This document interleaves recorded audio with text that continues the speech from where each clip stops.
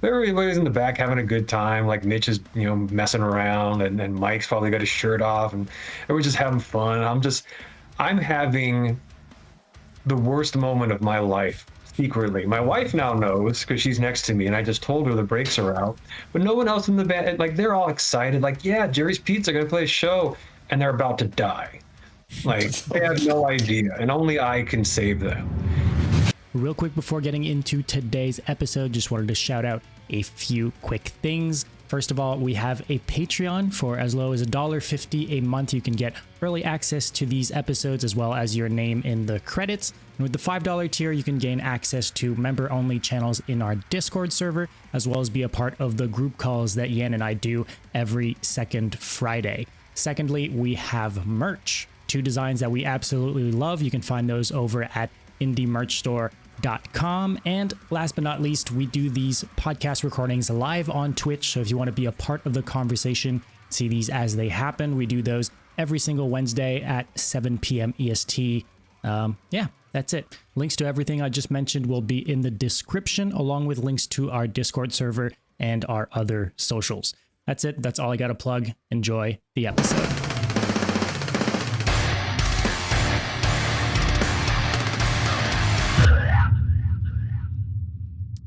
Josh, my man, how are we doing? Welcome to the show, man. Hey guys, I'm doing okay. I've been under the weather, but this is going to be a healing experience.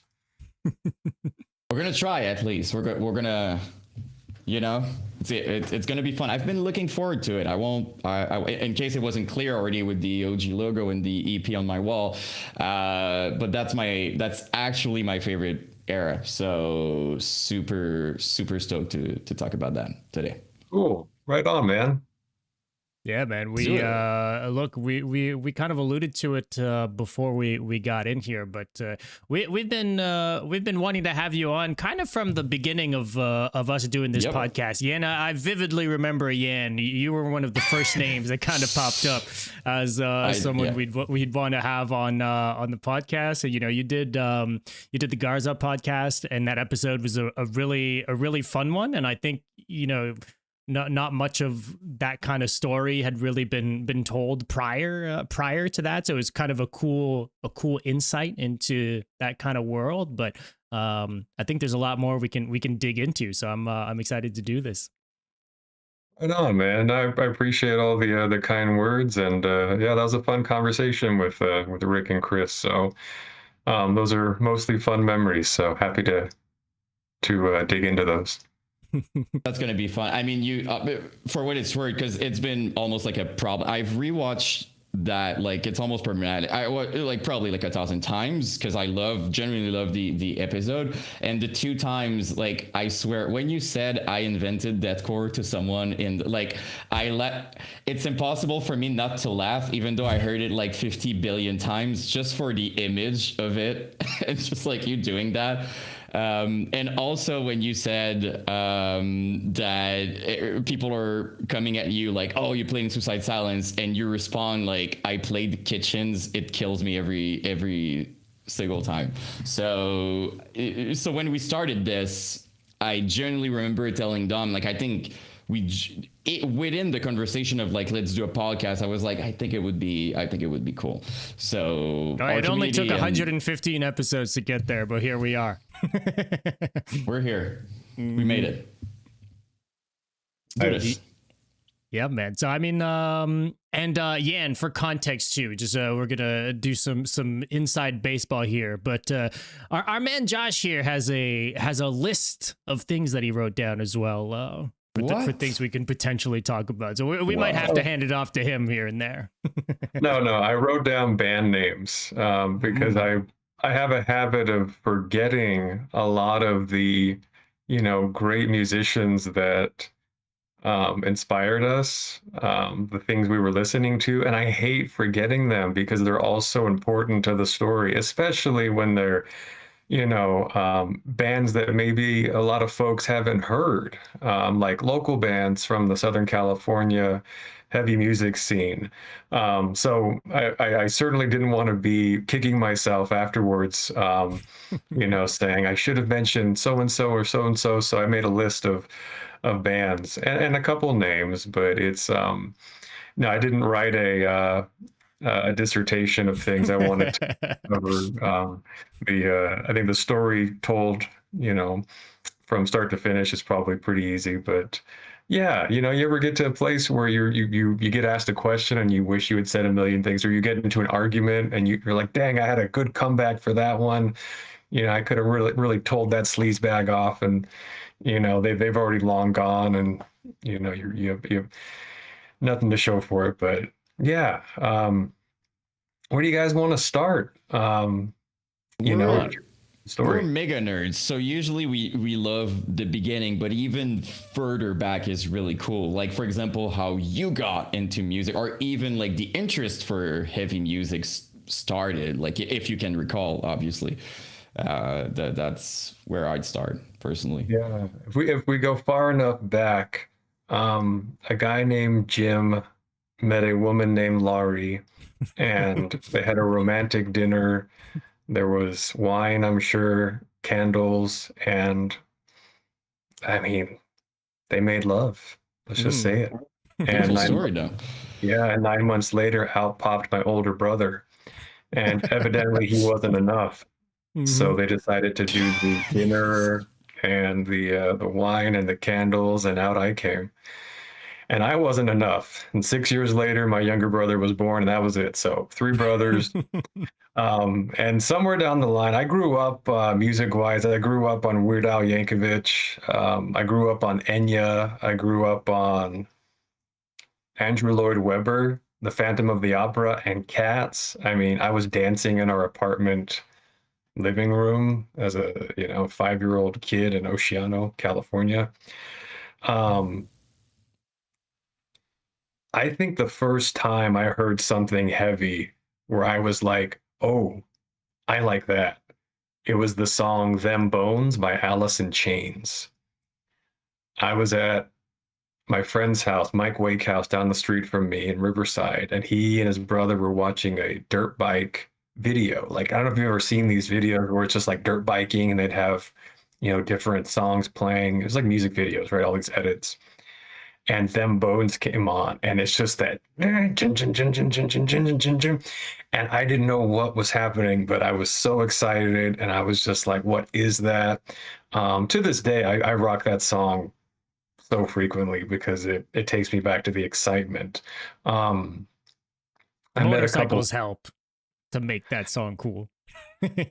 Yeah, I don't know. I mean, there's a certain culture around motorcycles you have to be into, especially dirt bikes. And in this area, or the area I was living in at that time, the Inland Empire dirt bike, that was certainly that was a vibe for Mm. sure. Um, but the idea of heavy music was always this separate, fun, wonderful, sacred thing that kind of, had its own little, universe. And in middle school, I met a couple guys who would become my best friends for the next couple of years. A guy named Justin, a guy named George, and we started listening to Korn. I don't remember the first time I heard it, but like that first album, like melted my brain. Life is Peachy melted my brain. Mm. It was so good, and you know, and it was really, I don't know, it was unique. It was genuine. The artwork, the lyrics, everything was so weird and exciting, and yeah, you know, the big three for me growing up were probably Deftones, Korn, and Limp Bizkit.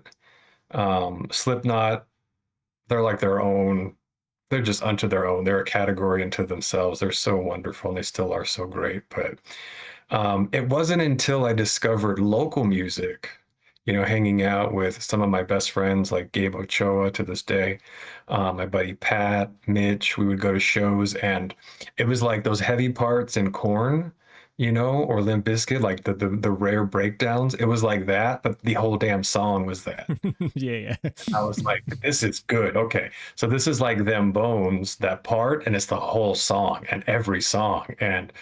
And so yeah, we discovered a lot of fun stuff going to the Showcase Theater or going to Chain Reaction. And yeah, I was just really fortunate. I was quite spoiled to to grow up as a teenager and a young adult with a lot of friends who included me in going to shows and sharing music with me. I don't think I ever discovered a single piece of heavy music on my own. It Mm. just wasn't my thing. I was the guy who had a car and would pick up people, or people would hop in. They'd have the CDs.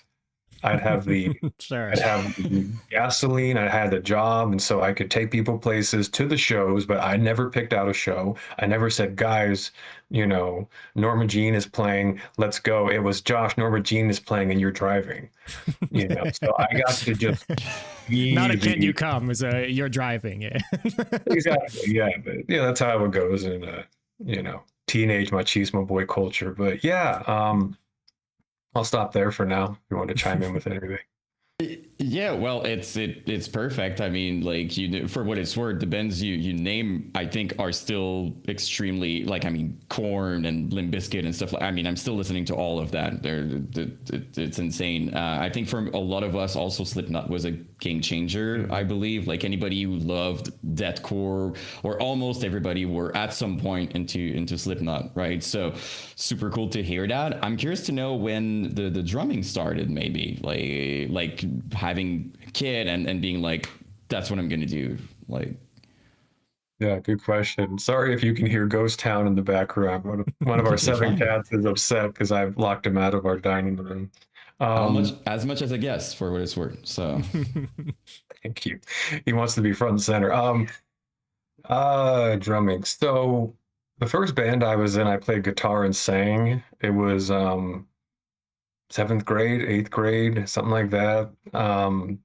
And every day after we'd have band practice, I'd go on the kit and play. So my buddy Justin and George, the guys who introduced me to Korn and Limp Bizkit and stuff like that, we were in a band, a little three-piece, and it became a five-piece later. But um, every day after practice, I would get on Justin's kit and I would just mess around, just tap a cymbal, tap a tom, and he'd always be really bothered by that because he'd be like, "Shoot, this is my stuff." And that was we were still at the age where sharing was not caring. Mm. Um, but yeah, that was kind of the origin of drumming, of just knowing that I really like the feel of drumsticks and hitting the toms, hitting the cymbals, and so on. But it wasn't until I think it was junior year of high school, maybe senior year. I was living with a guy named Chuck. He's the uh, to get this right, he's my wife's mother's boyfriend. They've been together many, many years. I was living with him. It was junior or senior year of high school. My buddy Anthony had let me borrow his drum set. It was this old, really cool beat up kit, and I put it in the billiard room of Chuck's place where I was living. And yeah, I started playing, almost every day, just teaching myself the wrong way, trying to imitate sounds that I was hearing. Um, the music that I was listening to at the time, it was mostly like metalcore, hardcore, death metal. Like I was getting into the things that we were big into at the time was like, there was a band called Falling Cycle. That's a band that if you haven't heard of, look them up. Mm. Just such good okay. stuff. Falling Cycle, Cyanide Beach from here in SoCal, they had such heavy stuff. Big inspiration for Suicide Silence. But we're listening to like The Locust, we were listening to Mm. Dillinger, we were listening to BT Bam. When the Silent Circus came out, that just Hell yeah. Yeah, yeah. melted our minds. Like that just so much fun, so inspirational. So I couldn't like, imitate a lot of that more technical stuff, but like really basic. Like I was listening to AFI, I was listening to I loved Green Day. I started getting into Green Day in like middle school. Um, Simple punk beats, rock beats, trying to do that, imitating it, but not getting any lessons, just hearing and then doing, and doing it really badly. I remember Chuck, again, the guy I lived with, he'd come out and be like, you can continue to do this if you get better. Like, this is, this is really hard. The neighbors are calling. The It wasn't neighbors aren't calling for until the sound; they're calling because it sucks. they were, yeah. They weren't the volume, the time of day. That wasn't an issue to them. They called and said, "Can he keep tempo? Like, can you get him a metronome? I mean, I've seen the boy leave for work. He must be making enough money that he could buy a metronome, you know?" Um, yeah, it was embarrassing, but it wasn't until so when I moved out of Chuck's place when I turned 18, that's when I moved in with Mitch, and that's when I bought my first and only set. I've only ever had one drum set. Mm.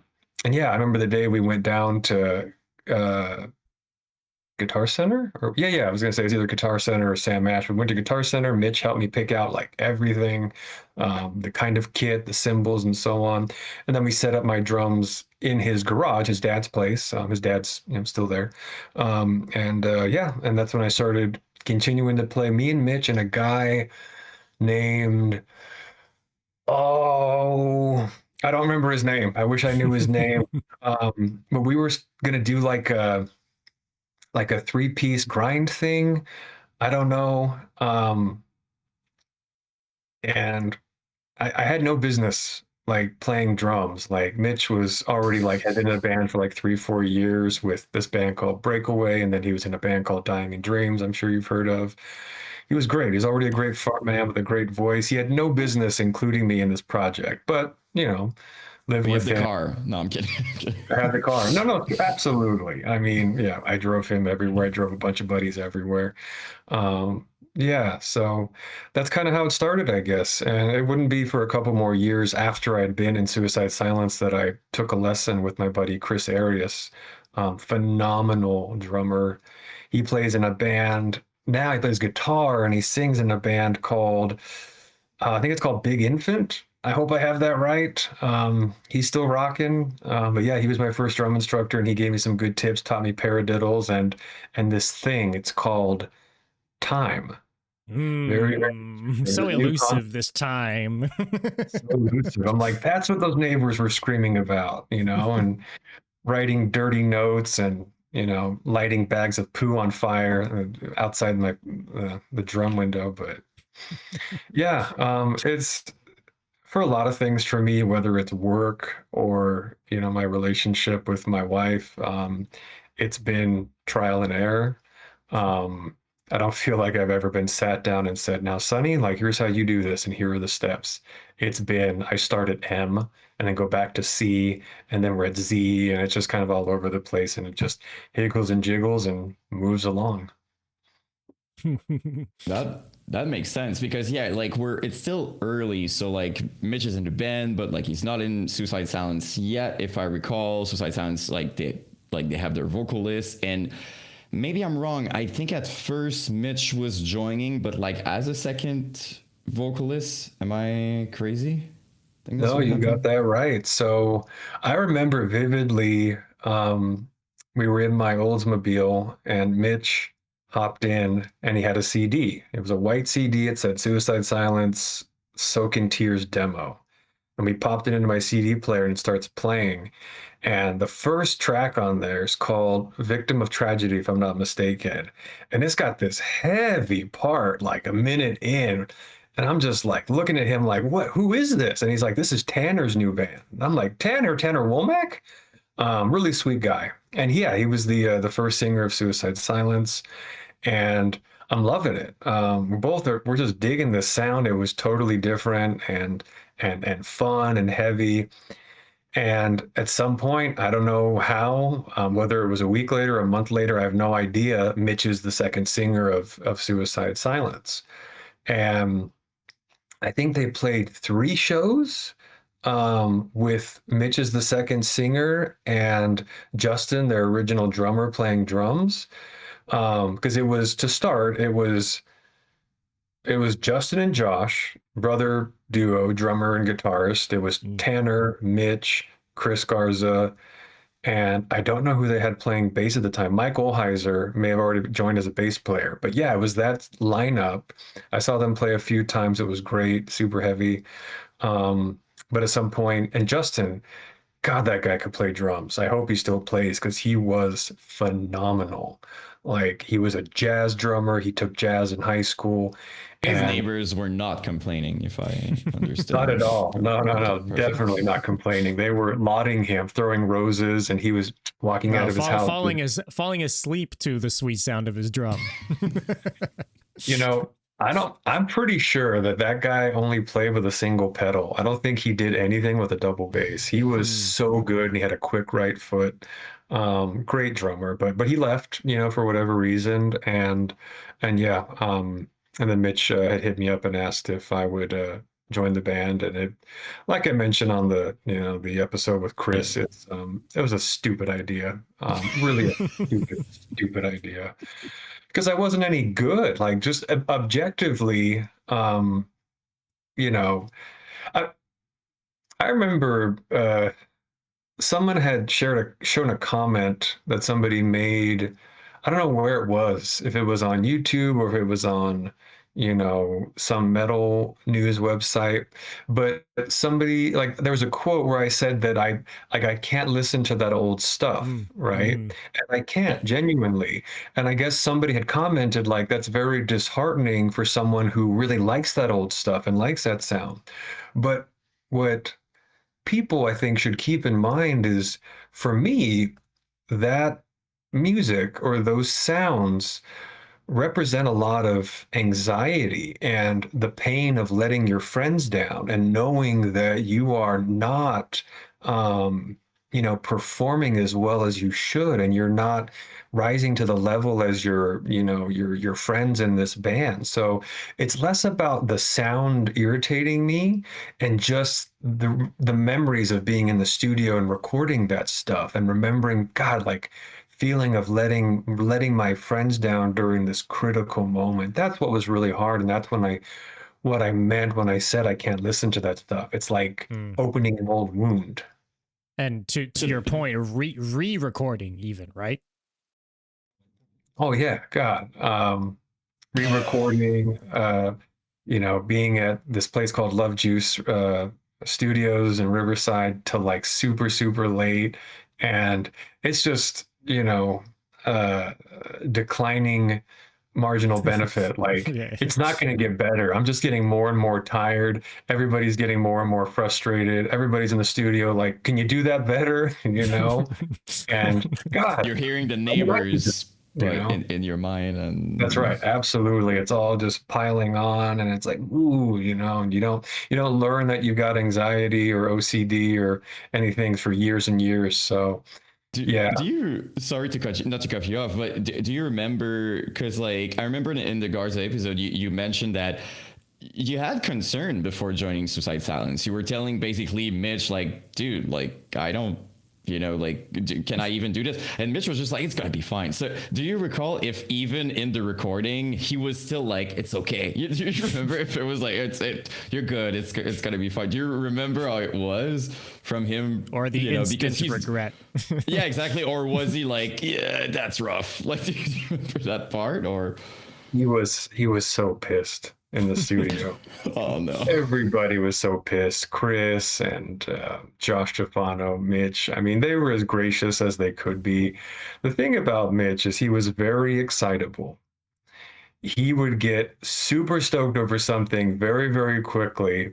And I think he liked the idea of me being in the band more than the actual, like, Execution of it. yes, there was very little, I think, thought put into it. Was, for whatever reason, he invited me to join, but I don't think he thought like, no, like Josh needs to be much more well along with this before we invite him to come in. But that's how bands, a lot of times that's how it goes, is you don't necessarily go with who's able and available. You just go with who's your friend, and that can make bands challenging in the long run because you're invested in something outside of the core goals of the project. You're invested in your friendship, you're invested in your history, and that can make it very, very muddy. But yeah, when Mitch had invited me, I did tell him that was just a stupid idea, and that he's going to regret it. And he was just like, again, like he had said, just, it's okay, man, go nuts. It's going to be fine. And I think, the live show thing, you can get away with a lot, but in the studio, ooh, that's just a pressure cooker. I was never a studio guy. It's so hard to record in the studio, but yeah, I think that was a moment where friends or friendship trumped ability. I don't, well, so I don't know if you're aware of this though, because it's always a perspective thing, right? Like for you, you hear like that EP or that era and you remember all of this. And I fully understand the pressure. I mean, look at those musicians, like who, to be fair, like so many people would have felt so much pressure, just so we're clear. I mean, we're talking like Garza, Mitch, like all those crazy, like, of course there's pressure into it. But again, like nowadays, just to let you know, in case you don't, there's a revival, like a huge revival in the deathcore space, and all those kids, I'm not kidding, like that era, exactly like I said, is their like favorite, and they're talking about it. So is it like mind blowing to you? Because I know it's a perspective thing, but honestly, it's been like a lot of people are currently talking about that era, the Family Guy thing, like the EP, that specific era is a big topic of discussion. So is it kind of special to like just knowing that now that there's an entire new generation loving that stuff? It's a couple things. It's like we see with most trends, there's always a recycle, a resurgence where people discover something old and they make it new again.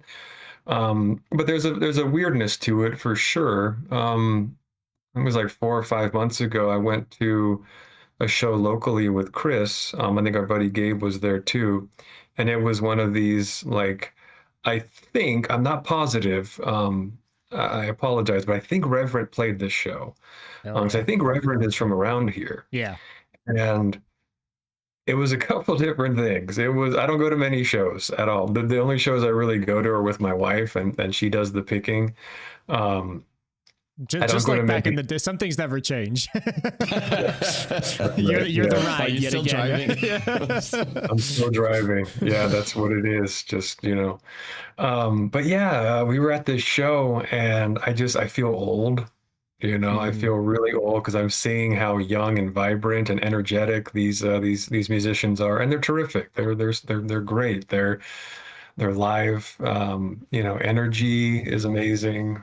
Their passion is evident. It's tough hanging out at a show with Chris because 100 people want to take a picture with him and just chat with him. And Chris is always very gracious and gives everybody his time. But yeah, it's a little strange to see not just the sound but the fashion too. Baggy pants are back in and like big like baggy pants. Yep. And it's funny. It's kind of a it's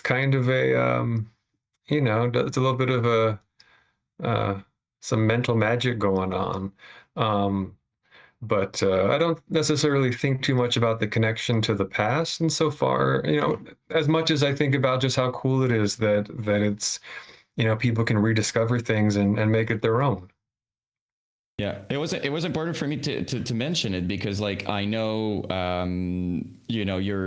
you're seeing all of this and maybe you're hard on yourself for certain things, but it was important for me just to highlight that like to a lot of people you're actually an important part of suicide, and it's funny and you make jokes about it, but seriously, like that era and your drumming in it is still like it's an important part of it. So I think that's also why we're here. We love giving credit and acknowledging these things. So it was that's kind of why I'm bringing that up. Awesome. I appreciate you saying that. It's really kind of you. Just a quick second to talk about the sponsor of today's episode, Indie Merch Store. Angel Maker pre-orders are live. The brand new album This Used to Be Heaven is available on LP and CD along with some crucial merchandise. Secure yours at indiemerchstore.com and catch them on tour with Whitechapel, Body Snatcher, and Disembodied Tyrant starting November 12th. The highly anticipated Cattle Decapitation headliner starts in just 2 weeks. Catch the band performing Death Atlas in its entirety all across the US and Canada with special guests Aborted, Frozen Soul, and Tribal Gaze. If you can't make it or want some gear before the show, Indie Merch Store has got you covered. Pick up new and restocked merch from Cattle Decapitation, including their Pitch Black Attack drop, along with aborted vinyl reissues and redesigned album tees. All that over at indiemerchstore.com. You can always use code BRUTALITY at checkout to save 10% off of your entire order. Again, that's code BRUTALITY at checkout to save 10% off. A massive shout out to Indie Merch Store for supporting the show. And now, back to the episode. There also was a progression of your skill throughout your time with the band as well, right? Which I think we didn't really touch on, but you talk about these studio sessions, but I do assume that the earlier demo stuff versus doing the stuff for the EP, or even you went in the studio for like one last song too, right? After the EP even. Yeah, I think you had considerably gotten better, at that point. To your point earlier, we were saying started getting lessons and such, right? So that I assume there was some part of being with maybe people that are quote unquote above your level kind of elevating you as well, right? Or maybe make you want to strive for better, or I don't know. Can you kind of touch on that? Yeah, absolutely. And I appreciate you saying that. That's very kind of you. Yeah, before I forget, the last track I did was called A Dead Current. Mm-hmm. I think that's the last single that I had been a part of. It was, God, I mean, we did that first like demo after the Suicide Silence had put out the what the heck is the name of it? Yeah, the self-titled or Soak in Tears, that demo. And then we did our little like 4-piece or 4-track demo. And then we did the Bludgeon to Death single. I think that was also on like a little 4-track or 5-track EP. I can't recall. But when Josh Tufano and Mike Olheiser left the band, guitarist and bassist, and then we got Rick and Mike Bodkins, that really lit a fire under me. The band they were coming from, Torn Within, I looked up to them tremendously. They were fantastic musicians. The stuff they were writing I thought was lovely. And they were right down the street from us. They were local, and it was friendly competition, I think. So when I learned that they were joining, that motivated me to really put in more time and effort to getting better. And that's when I started taking lessons with Chris Arias. And Rick he's such a beautiful human being to this day. He's one of my best friends, and I'm so grateful that we have a 20+ year friendship now. But he was so very, he'll work with whatever you've got. Never once with Rick did I ever feel like I wasn't good enough or that my skills weren't adequate to the task. So when we were writing the Ending is the Beginning EP, I never had this sense of pressure to be good. Don't get me wrong. The studio was still the tracking for all that was still a nasty little experience. But when we were writing it, it was a joyous experience. It was friendly. It was fun. I loved being in there with Rick. And then when the guys would show up later and we'd show them what we had come up with, it was a really joyous occasion. It was a nice time. Sometimes though, people would think they were being helpful when it was just making it worse. Like somebody had given me a DVD of Derek Roddy. Do you know who that is? I don't think I do. Let me look this up. Derek Roddy was the drummer of a band called Hate Eternal. Okay, sure. At the time, he just was like the fastest drummer in history. Like his one foot could go faster than both my hands. Like he was ridiculous, and he still probably plays, but he was insane. And someone was like, "Here, Josh, just watch this. This is what you need." And You're It just was like, not. I quit. No, I'm kidding. Yeah, absolutely. No, no, no. I've had like a few different I quit moments. That was one of them, showing me the Derek Roddy DVD. Hearing Torn Within, the Is song this that they is this the thing? um, that might be it. It was a burned demo, you Okay. know, or a burned a burned CD. So DVD, that yeah. may very well have been it. Yeah. We were all none of us had money. We were all poor, so we everything was stolen. Yeah. Sorry. Right there with you. Yeah, yeah. Um, but yeah, the other I quit moment was hearing Torn Within's EP. It was so good. And then hearing Beneath the Massacre for the first Oh my time. god. Um, that I'm going to get real technical here, real music theory. Hearing that first, and it just takes off with the blast beat. And I remember just, hitting stop and putting that CD away and saying, okay, well, we're not going to be doing any of that because that's insane. um, Utterly insane. Like I don't like I remember as a young man like having my mind blown by Corn and hearing like Slipknot or seeing Slipknot, but then hearing Beneath the Massacre, my brain melted. Like I don't know where we were, probably in my car. Somebody put it on and I'm just like, what? What? No, that's not fair. Like they're cheating. Like, this So- can't be real.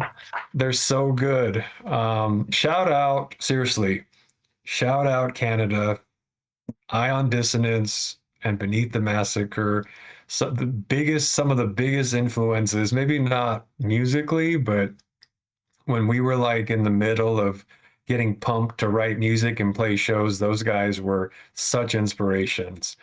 I remember we played with Ion Dissonance once in LA, and I remember meeting their drummer, and he was, I was asking him opinions of like, how do I get my feet to go faster? And, he was just really kind and gave me some tips. But seeing him play, I just kept shaking my head. Like, they're so technical. It's so wonderful. And yeah, big shout out to those beautiful, beautiful musicians. Since you're, since we're talking about shows and whatnot, and not to trigger, memories and stuff like that, but you mentioned being anxious, right, in the band. So, do you remember the first time you're like, oh my God, we're going to play live? You know what I mean? Like one of the first times, maybe like with Suicide, like how you felt about, that performance. Oh yeah. My first show was at um, a roller rink called Skateland in Whittier, California. And yeah, I was like nervous as hell. I was shaking, I was sweating, because I'd never played a real show before. And here I am with, all my friends watching, my friends in the band, and we made it fun. Like we brought foam swords and foam axes for people to hit themselves with. But yeah, I'm sure I played god awfully. It didn't go well, but yeah, the feelings in my chest, my stomach, butterflies. I got butterflies for every single show. There was never a show I didn't feel some level of anxiety. But that first one was especially bad. And then some guy tried to fight me outside in the parking lot. Can you believe that? We're What the walking hell? in. Yeah, just that'll cheer me right up. That'll calm things down. This guy was clearly, inebriated, and he just kind of like gives me a shoulder like this, and he's just like says something under his breath, and I'm like, don't do that. Like, why are you doing that? Like, can't you see I'm carrying a snare drum? Like, we've all got instruments. Like, and I said something stupid, and that just set me on edge as well. But yeah, fun memory to look back and just it helps kind of develop the self-awareness. But yeah, Skateland and Whittier was the first, and then we had a whole bunch in the IE after that, and it never got any easier in terms of anxiety. But wearing a mask helped. That definitely That's what I was gonna calming. ask. Was that kind of like part of the reason? Was that the why for the mask, or was there an aesthetic thing too, or what was the thought process Oh no, there? definitely, yeah, no aesthetic reason. There was one day I Beaumont, was. no, it's me. I'm fine. I'm kidding. That's right. Absolutely. Yeah. I can't see you. You can't see me. That was the idea.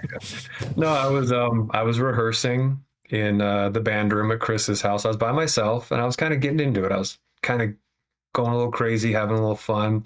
And Mitch walks in and I'm still playing. And then he just has this like worried look on his face. And then he closes the sliding door, and I stop playing, and he's like, "Who else knows about this?" And I'm like, "What?" And he's like, "Your face.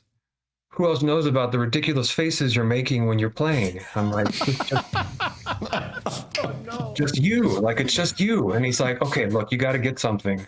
Like, you got to get something like a paper bag or, like a mouse pad. You got to cover that up, man. You look awful.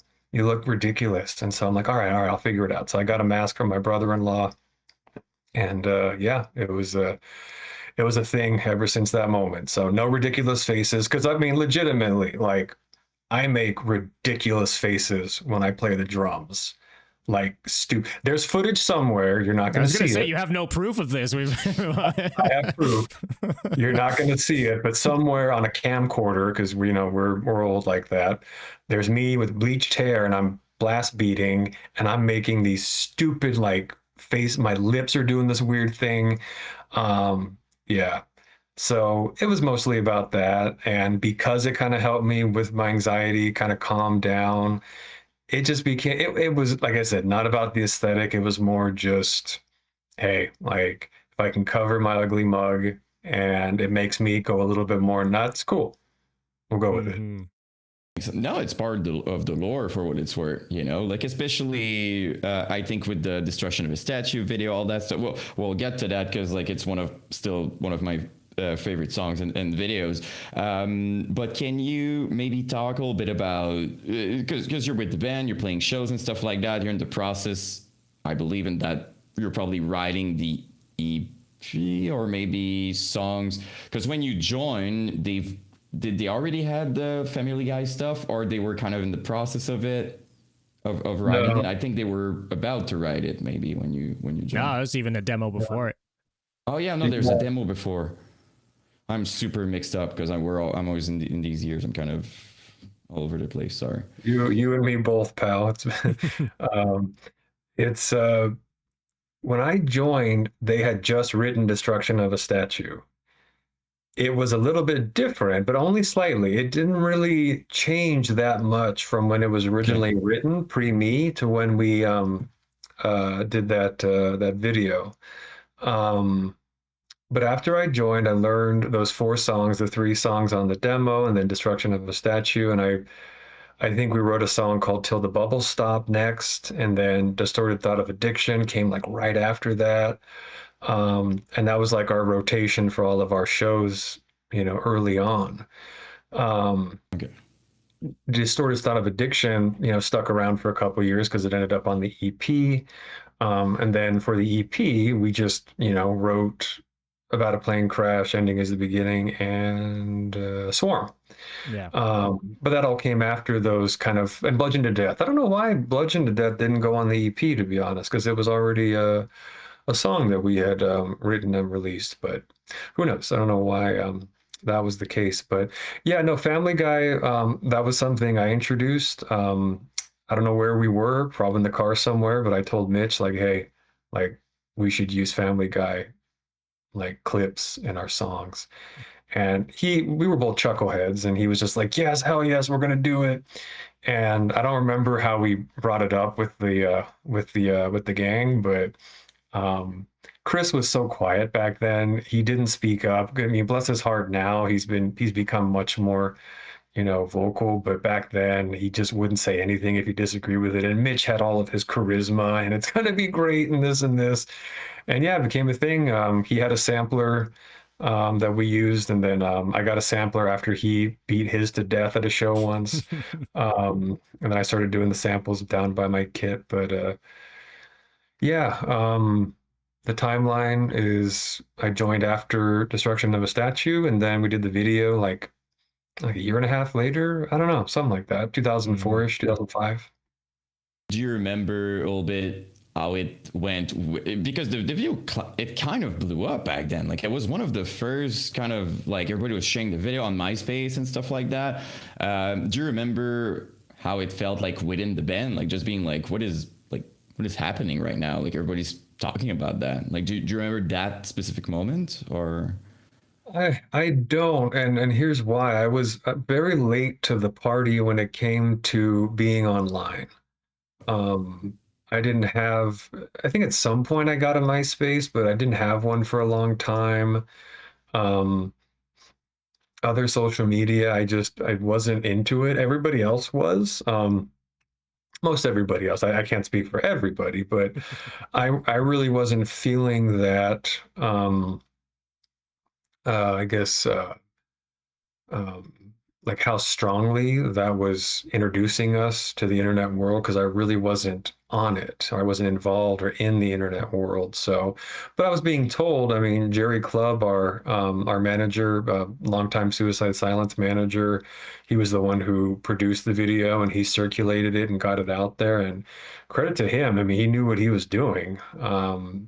He had a little production company for a long time and he got the thing produced and distributed and he swore by it. He's like, we got to do this. This is the thing. It's going to work. And we just said, do what you got to do. And we're with you. And sure enough, it seemed like it was a good, it was a good means of circulating our name, our music, and kind of helped us reach audiences that we wouldn't have been able to reach without it.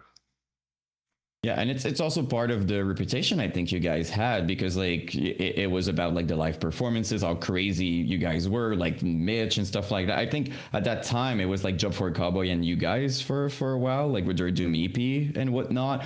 And the destruction of a statue, in my opinion, is a good representation of that. Like you guys are going, I mean, the entire event is just like going insane and stuff like that. So I feel like it represented maybe a new era for the band because I believe you started maybe touring on the EP.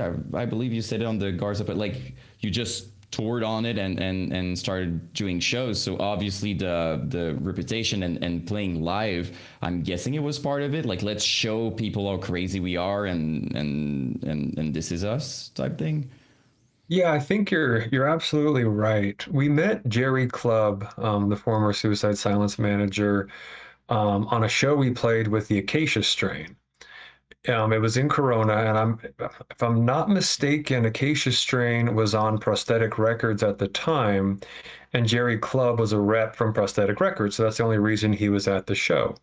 And something he was really excited about was how much fun we seemed to be having on stage. We really did, let it out and we went wild, and that seemed to be something that he thought was, for lack of a better term, marketable. And he went with that. That's why he insisted on, getting some footage and getting it out there because he thought that that was a big selling point that folks would, be attracted to our live sets if they saw what it was like. Um, so yeah, we put out the EP and the video was circulating, and that's when we had done that first tour with Job for a Cowboy and a band called A Taste for Blood from Northern California. Um, Job for a Cowboy, I have to talk about for a second. God, they're so good. They're so good. Those guys their latest album, I'm in love with. Um, was it called Moon Healer, I Yeah, think? exactly. Yeah. Front to back.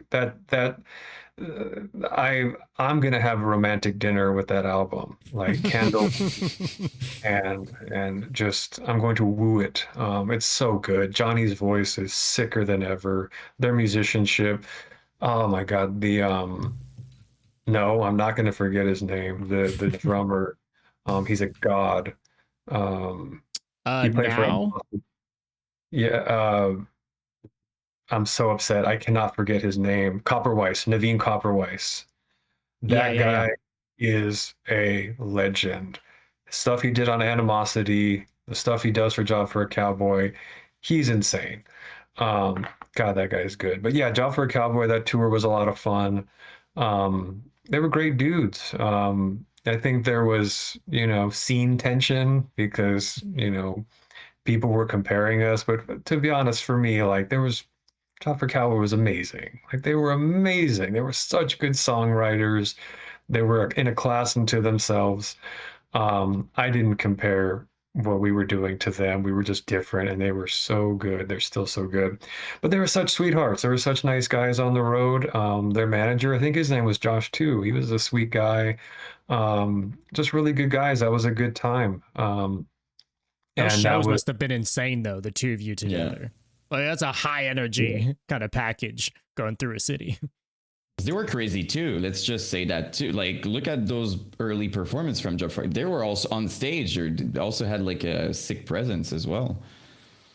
Oh yeah, no, they were going nuts, and they were far more technical. They've always been way more technical. The craziest show on that tour was we played at a guy's house in Las Vegas, and it literally said on the our little tour thing, you know, the little lanyard, laminate, right? That's what they're called. It just said this guy's house.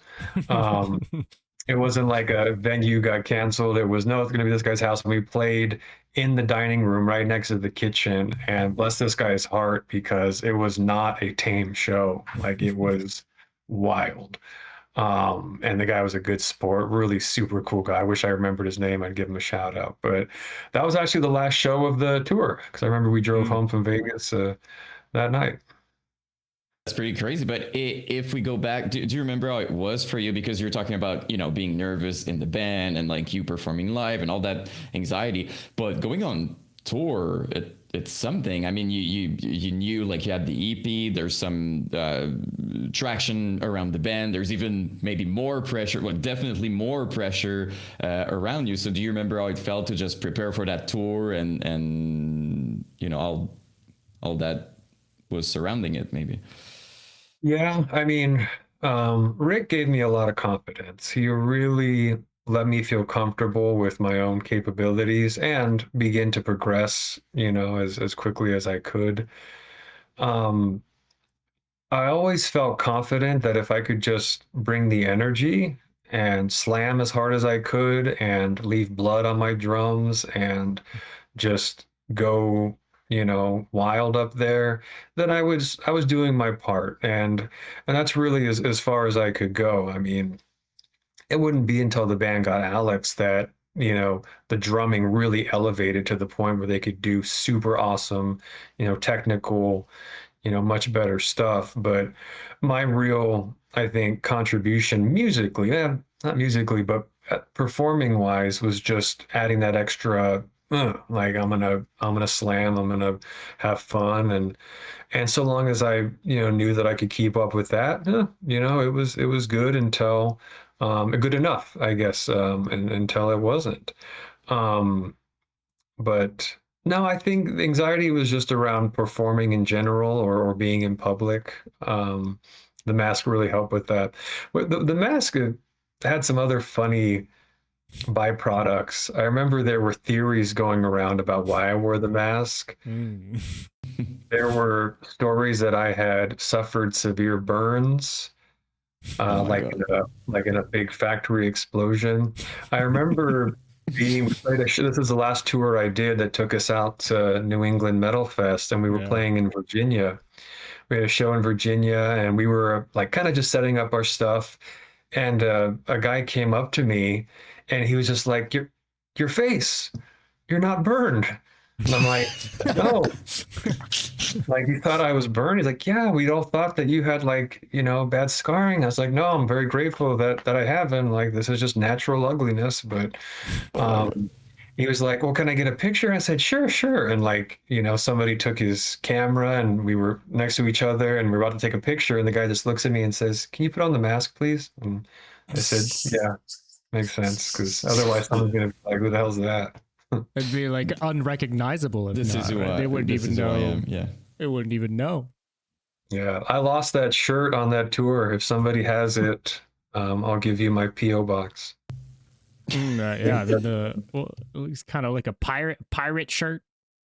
It's a pirate shirt that I got at the Renaissance Fair one year, and I love that shirt. It's one of the favorite things to play in. But yeah, I think that's New England Metal Fest That is, actually. yeah. Is it? Okay, Yeah. cool. Yeah, that's. Do you remember also, because like I'm sure a lot of, I mean, you guys are young, you're just like in the moment and stuff like that. So I'm sure to a certain extent, it's just like you're just excited, you want to tour. But do you remember if there were like conversation of like, I think we're doing something here. Like I think something special is happening. That sort of like realization. Do you recall if it was a bit like that, or just like let's play show and just do our thing? Yeah, there were a couple moments, sure. I mean, um, playing shows and going on the road, I think that was just good fun. That wasn't like, okay, we're actually doing this. It's just we're just grateful to be out there and to play for folks and to meet folks and all that. But there were a couple moments for sure that felt like, oh, this may be a thing. And that was when we met with started meeting with record labels. We had a meeting with a guy from Prosthetic Records. We met him at Islands, which is like a burger place. I don't know if you heard of it. Okay. Um, and then at New England Metal Fest, actually, I think it was Mike Gitter. I'm not positive, Mm. but when he was at Roadrunner Records, he had given Mark his card and said he really liked our stuff and he wanted to talk more. Those were a couple moments of like, oh dear, like this is serious. This is potentially a thing. It was always a struggle for me though.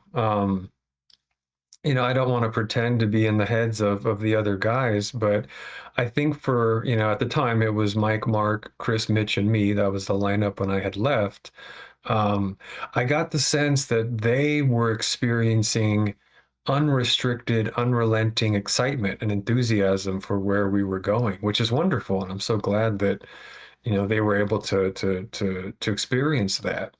But for me, I was feeling this immense tension Mm. between, you know, like it's like I'm, hanging on to the edge of a plane. Like I'm just outside on the, you've seen that William Shatner Twilight Zone. There's something out there on the wing. Well, that's me. And I'm just hanging on, and I can either hang on tight and say, screw it, I'm taking off with this thing and we're off to new heights, or I can let go and just, kind of land safely on the ground before this thing takes off.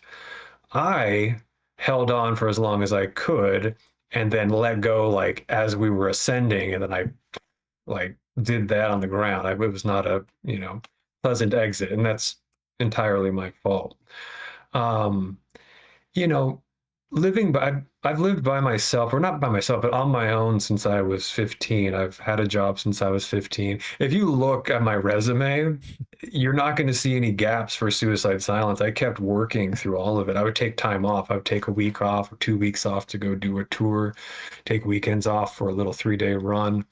But there was never a time that I wasn't employed from when I was 15 on, and it's simply because it's been, work or die. I really from a young age had to provide for myself. And when I got to the point where there's talk of, okay, we're going to go on a month-long tour in, the UK, or we're looking at doing a 2-month run, across the US, like that was a point where I'd have to give my notice and I would no longer have a job. I would need to be relying on whatever the band did for my well-being. And that was a really, really tricky proposition because, you know, in capitalism, you you can get exploited enough to where you have the means of subsistence, right? In music, the band thing, that operates kind of in its own little universe, and you have no idea what's going to Yeah. happen. It's not a sure bet, in terms of whether or not you're going to be economically satisfied. It's a Specifically crap. in deathcore, also, just to precise, it's not, you know what I mean? Like, it's not the Well, there place. were I no mean, examples yet, so there's that, right? no, yeah. So, I mean, in metal in general, right? It's stable isn't a word I would use in terms of if we're No, talking financially. at one point, I had a plan for the guys. I said, guys, look here. If we want to make money, what we should be doing is these marching band gigs at state fairs. We could be providing the background music for when the pig gets the blue ribbon. Like that's the way to go. We should just do this really square stuff. We'll get these John Philip Sousa, licks down. But nobody liked that idea. But no, I mean, again, you get passionate about what it is you're doing. It's you're asking a lot of a human being to say, balance your passion with reason. And when you mix the two, first and foremost, you can feel yourself becoming disingenuine. You can feel yourself sort of becoming distance from what your true self even means. But then also externally to the folks who are hearing and seeing the stuff you're putting out, it becomes very obvious that you are now, you know, doing things that are in direct contradiction to who you really are for the sake of making money.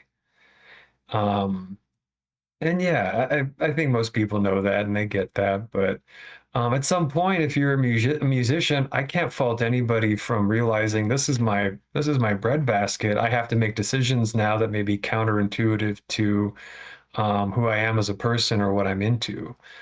You know, I don't know, but yeah.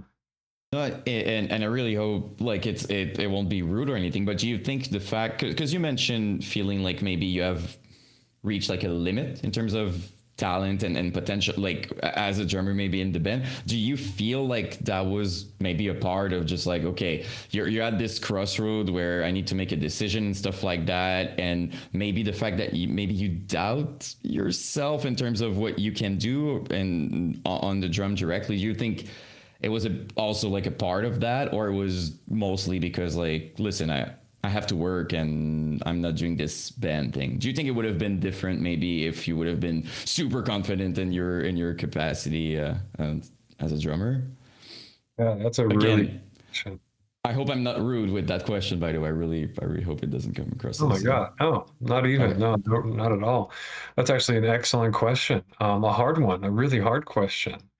Um, I've never thought about that. Like if I, just for the sake of argument, if I was like, you know, Derek Roddy level, you know, and we were in this band and talent wasn't a question. Like my feet could fly and I could do these crazy blasts and I could gravity blast and all that fun stuff. How would that factor into my decision making? God, you know, it's all a bit of a paradox. You know, it's all what if. But I don't think that would have had the, you know, for me personally, for the guys, because my exit was, you know, a couple different things. It was me allowing and you know fostering a bad outcome. But the team, the guys, they really were looking for somebody with greater talent for sure. Um, but if talent wasn't an issue, I think I still would have been on the way out, just given where I was in life and what it was that I valued most. Yeah, Just you. felt right, basically. It felt right. I mean, like it felt like it was time, basically, for you to. Well, Oh no, not at all. No, it was a train wreck of an oh exit. yeah. Like it was not graceful. It was not, guys. That was a bad Okay, break. at that point, you're not in acceptance. It's just like it's happening, basically. It's not. You're not at the stage of just accepting. You're just like, oh my god, what is happening, type thing. Oh yeah, Okay. absolutely. No, no, Okay. it was bad. It was a bad breakup. I was in denial. And I think the guys they did what they could to usher me out, but I was very much stubborn about wanting to still be in the band. And but I was having them make a lot of concessions for me over what it was that I was valuing, and that wasn't fair. Um, you know, there were different roles that were played, and it's really, really hard, like I said earlier, when you're involved in a project that involves some of your closest friends that you've had for such a long time, and it's coming to an end, and nobody really seems to have the upper hand when it comes to maturity or foresight. Ooh, that's very, very difficult, especially when, you know, there's so much excitement in the air and there's a lot happening and a lot changing. Um, but yeah, You to know, this day, I think, opportunities and stuff, right? There's like a bunch oh of stuff yeah, being thrown. You know, when you say then there's Choices and concessions and stuff, you're like, you know, like, oh because goodness. because to your point too, like you're kind of alluding to earlier, like they went off to Europe like a couple months later and were like full U.S. touring like pretty much as soon as you were out, right? Oh yeah, no, they were ready to go. They took off, and so many opportunities were coming in. Like I mentioned, Jerry Clubb, he knew what he was doing, and he did a great job of putting them in a position to take advantage of all these opportunities that were coming up.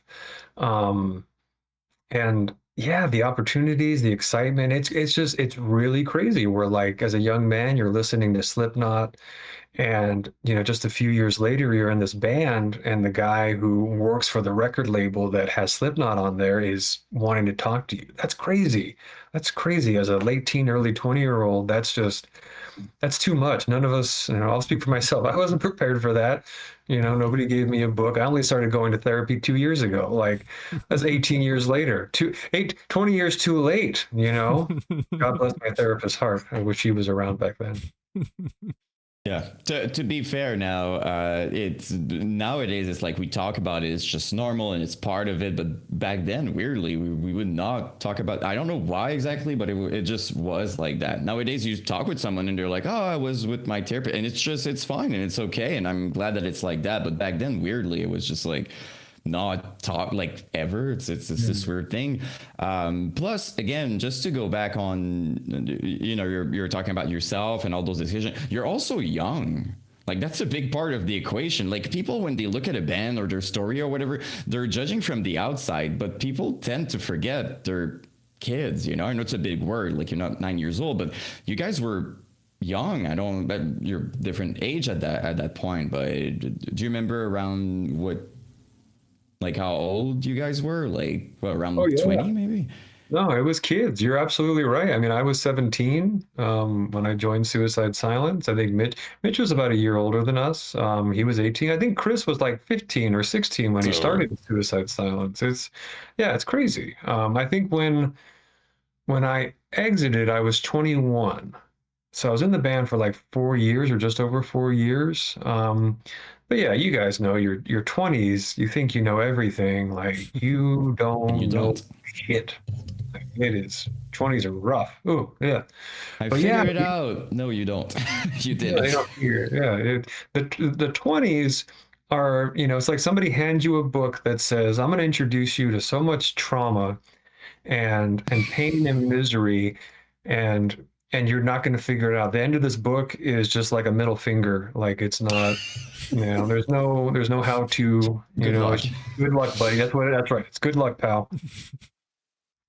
It's no, it's crazy. I'm saying that because like very often like we hear these stories and stuff like that, and people are loud online sometimes about like the different things, to the point where we just forget. Sometimes people are like freaking 15, 16, 17. Like, if you would put like anyone on a platform at that age, let me tell you, like, I would have looked stupid many times. Let just be I don't know what would have happened. So I think it's an important thing to mention too, that you guys were going through like these massive opportunities, like stuff is happening, you're touring, and as exciting as it sounds, it's not easy to tour as well. Like, it's a big thing, it's a big commitment. You're always, with your people around the world, things happen, bad lucks. Like, I'm sure you had your fair share of just, I don't know, like car trouble, anything really can happen, right? So but your kids to deal with that. There's not someone holding your hand being like, oh, it's going to be fine. Like, you're by yourself and you're trying to figure it out. So I think it's important to have that perspective when we judge from the outside, is what I'm saying. Absolutely agree. We had the worst car trouble we ever had was we're leaving for Jerry's Pizza in Bakersfield. That's like 3 hours from where we were in SoCal. And we're on the 71 freeway and the damn brakes go out in our van. Um, I literally can't stop. I'm driving and I look over at my wife who's sitting next to me and I say, my girlfriend at the time, and I say, the brakes are out. And she's just like, what? And everybody's in the back. Like, we weren't going that fast because there was some stop and go traffic. We were probably going like 30 miles per hour. But everybody's in the back having a good time. Like, Mitch is, messing around, and Mike's probably got his shirt off, and we're just having fun. I'm having the worst moment of my life secretly. My wife now knows because she's next to me, and I just told her the brakes are out. But no one else in the band, like, they're all excited, like, yeah, Jerry's Pizza gonna play a show, and they're about to die. Like, they have no idea, and only I can save them. Like, the weight that was thrust on my shoulders. So Like, you didn't luckily, have enough pressure, by the way, not to cut you off. Like, you had not enough pressure. It's like now you have their lives in your hands. Just literally, it was just like, well, that's, this is how it's gonna end. Like, a little newspaper, band Suicide Silence, when their brakes went out. But luckily I had some space to get over. The e-brake worked, thank goodness. But yeah, that moment still lives with me. God, that was terrifying. We were able to get everything fixed up, place in Pomona, real great guy, and we got to Jerry's Pizza on time, and we played our set. And I probably played like garbage, I don't know, but Jerry's Pizza, if you haven't heard, that's a good spot. I remember I'm hungry now, uh, but Johnny Davy, my wife and I, we had a great conversation that night. We played at Jerry's Pizza with them. that's that's I also had, sorry, I'm super Asia, I just have an idea. When you were touring, correct me if I'm wrong, would it be fair to say that Mitch was already starting to kind of be a big deal? I remember on MySpace, like tons of pictures and stuff like that. Do you remember if even during that tour, people would like go to him and like you would maybe see that popularity growing as you're Oh, touring with him? oh yeah. I mean, I went to elementary school with Mitch, and he was born with charisma. He was born with the it factor. The guy was, just one of one. And when he was a rollerblader, he was the coolest guy. When he was in a band called Breakaway, it just everybody was attracted to him. He's a very magnetic guy. And when you saw him on stage, like that wasn't an act, that was him. And even though at times he was very reserved and he could be very, very, thoughtful and to himself, um, he was always magnetic. He was always the gravity pulling everybody together. And certainly when we first started off playing shows or getting on the road, or when he was in Dying in Dreams, when he started the band before he joined Suicide Silence, locally he was a big deal, and people would talk about his voice. They talk about his ability to perform live. And it just is tremendous. I mean, it showed. And I think when Jerry Clubb, the former manager, he picked up on that. I mean, it's not a secret, right? You see it and you're like, oh my God, that's wonderful. But he had, I think, the clarity to realize that, this is something that a lot of people are going to enjoy and are really going to dig. So, absolutely. I think everywhere we went, there was an energy and an attraction that he created. And the proof of that is still there today. Like I to this day, you're earlier in the conversation, I told you about like the revival, right? And he's part of the conversation every single day. He's inspired people still to this day. Like most of those bands, like a lot. When we talk about stage presence, everybody mention him, and we have yet to hear like a negative thing. Everybody who mentioned Mitch since forever, it's just he was, kind, and he took time with everybody, and he never had like the ego thing, which I'm sure you can confirm. Like he was always kind to everybody. So it goes to show that someone like that, you mentioned like there's a few people like that in life, so impactful that even all those years later, still inspiring people, which I think is a proof of, a testament to, to what he did. Just wanted to say that because it ties up the other conversation with the revival, because clearly he's influencing a lot of people still. So. Oh yeah, I mean, there's zero doubt. Like we knew what we were seeing at the time, and it was special. It was absolutely special. And also seeing the outpouring of support, when he passed. That was a very surreal time, but it really, magnified the impact that he had. He was a tremendous performer, a tremendous frontman, and I'm certain that's a legacy that's going to stick around for quite a while. For sure, for sure. Those years, like even because it's crazy because when you really think about it, like the MySpace era that we call, like it wasn't that long, like in terms of the longevity. Like you guys started the EPs in 2005, stuff like that, and until like 2000, MySpace was until like 2011 or something. So for people to still talk about it now and to be like that impactful, I think it says a lot because it wasn't like that long of a period if you think about it. Yeah, I guess you're right. And it's crazy going back to what you said about us being kids is as a kid, a month feels like a year. Hmm. And a year feels like 10. So these things that we're a part of in life, as we get older, I wish time would just slow down. Just stop it. Like, can we all write letters like we do to Santa and write letters to time and just tell time, knock it off? Like, there's not enough, there's never going to be enough of it. But yeah, the more we look back, the more precious these eras feel. And it probably feels different to different folks depending on, where they are in the universe, whether they were, just a happy observer, a happy fan, or somebody in the mix making stuff happen.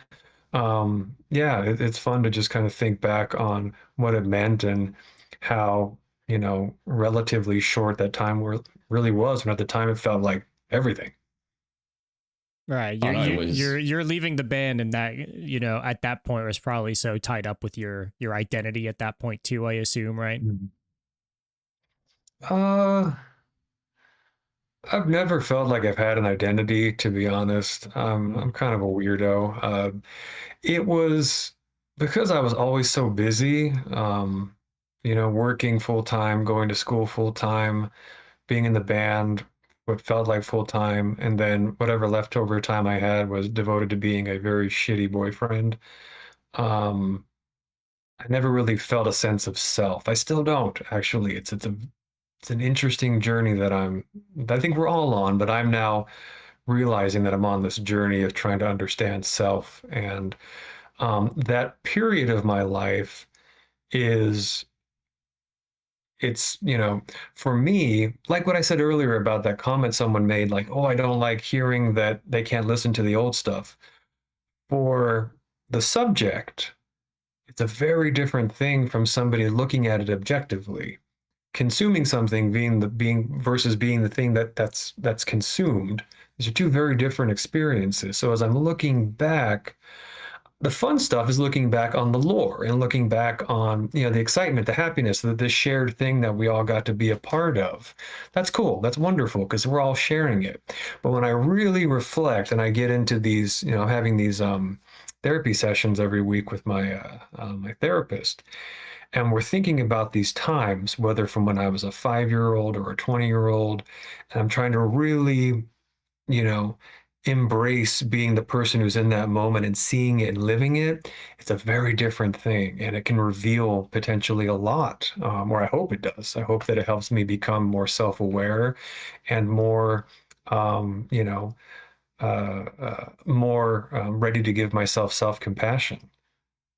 Yeah, because we quickly realize in life that we're often way meaner to ourselves than we would ever be with anyone. Like if you really pay attention, right? You look at yourself, you look at your time back then with the drum, and you're making jokes and stuff like that. But the truth is, if it was like one of your friends or something, you would probably say something to the effect of, "Dude, it was."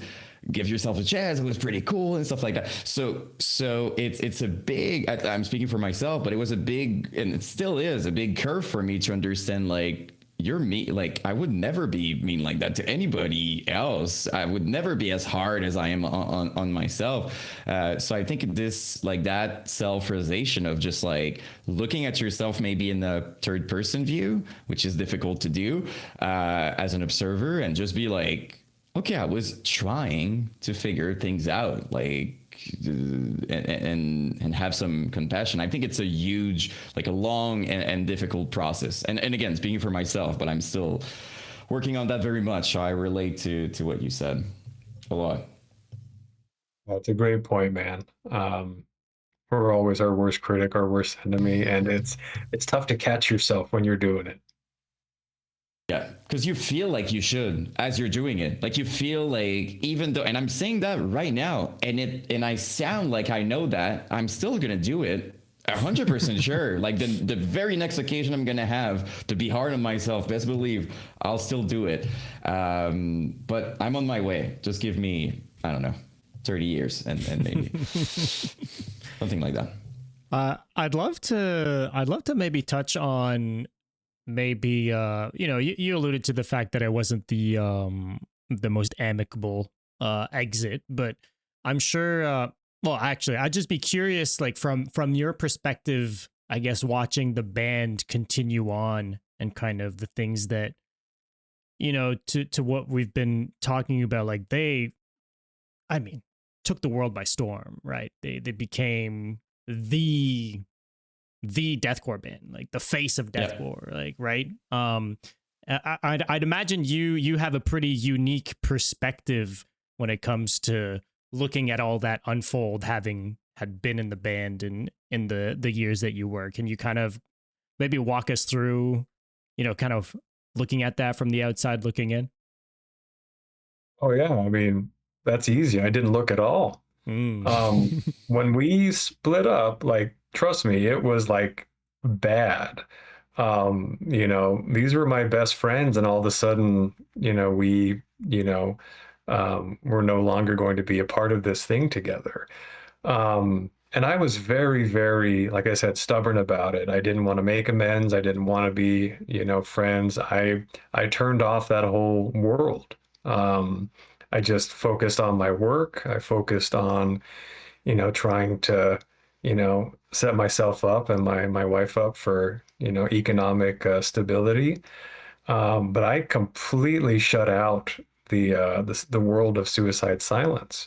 Um, it wasn't until many, many years later, and even well after Mitch passed, that I began to look back and appreciate just how successful they were, and what an impact they made. And, almost, I would say they broke open a lot of doors for a lot of great new music to come through. And I can see little pieces here and there of, stuff that I think is reminiscent, or maybe there's little hints of things that may have been influenced by that stuff. But no, I literally like turned completely inward. I didn't see or talk to any of those guys for the 6 years in between when I left and from when Mitch passed. Mark had tried to reach out. We saw each other at Chain Reaction in Anaheim. You guys were just there, right? Yeah. Um, he came up to me there. That was one of the very few shows that I'd gone to after the fact, and he was being very nice and he was being apologetic, and I totally shut him down. I was an absolute jerk to him. I just didn't want to hear it. I wouldn't have any of it. And it was sometime after that, maybe a year or so, that my wife and I moved out of the area because I got a head chef job at a place out of town. And yeah, sadly, there was no tuning in to, what was going on with them, where they were, what they were recording, what the sounds were like. So, like the cleansing and No Time to Bleed, those were might as well not have existed for me until well after.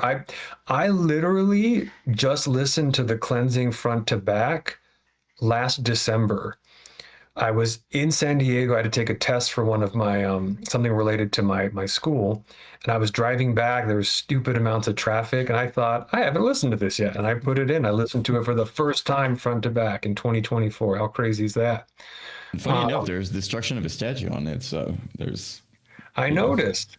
Also, did you know that Unanswered was an intro before it was a full song? Did you know that? It was just a little Mm, like 90-second intro, 60-second I didn't know intro. that actually. I don't think I did. of Yeah. of like the ending or another part of the song? Like what was the It's intro bit? it was just the pop dun dun dun dun dun dun dun dun Okay. dun dun dun dun, and then pop again, dun dun dun dun dun, the stupidest, simplest thing. Yeah. That was actually my last contribution to the band. When we were going on that last tour to New England Metal Fest, I came up with that.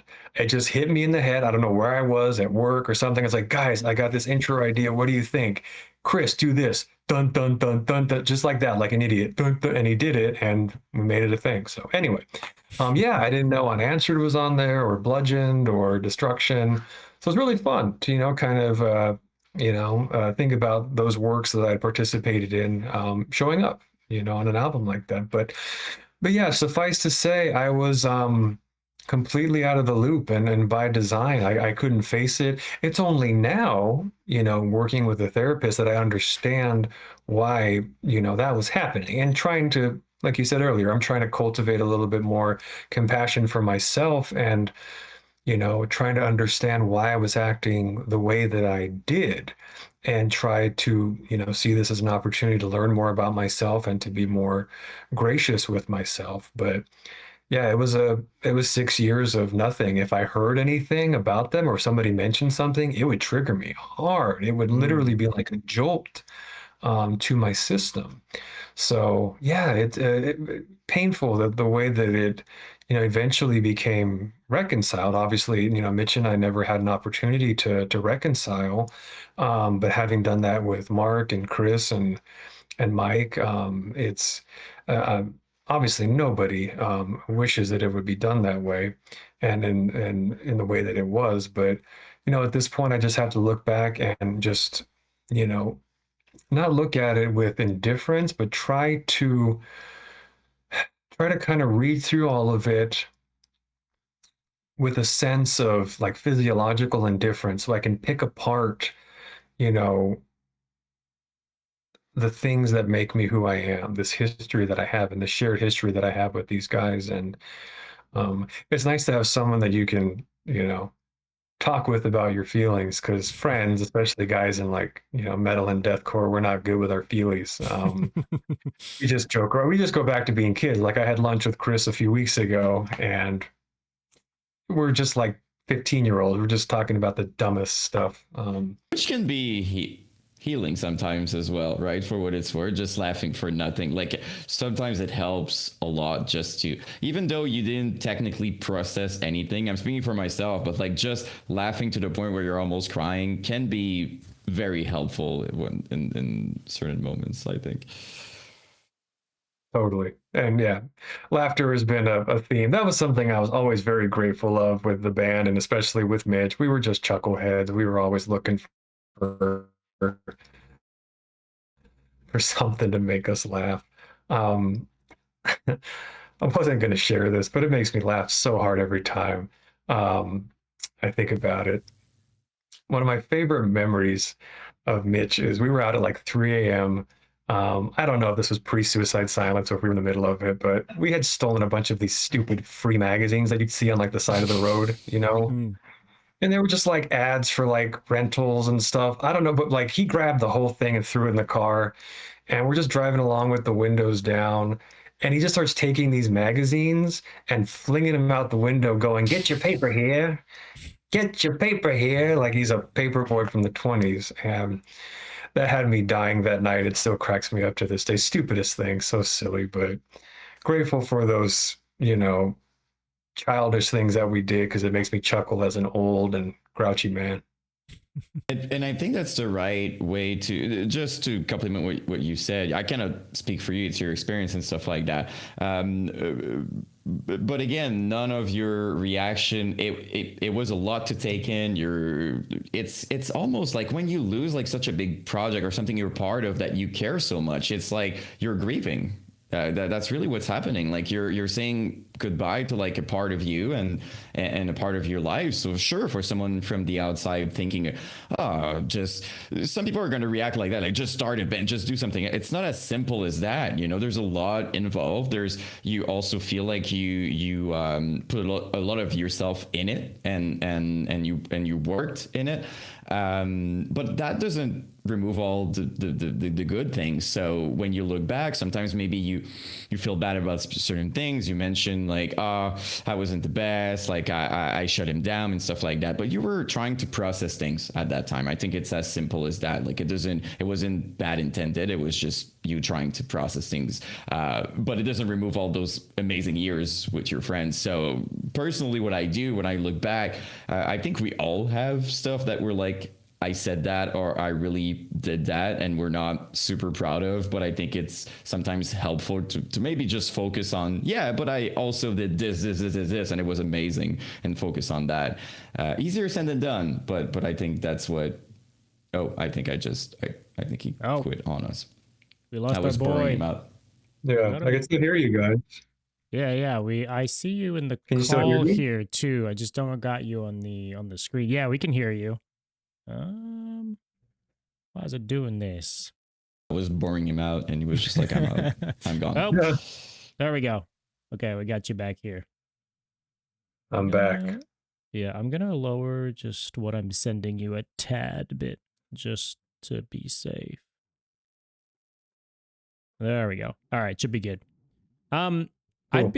I mean, and only if this isn't too personal or too intense to talk about, but you did kind of ultimately, I guess, put some of those differences aside to do, to do the memorial show, right? Yeah, we did. And then just briefly to touch back on what Yen was saying about grieving, it's a perfect way to put it, man. It was absolutely a Sure. grieving process.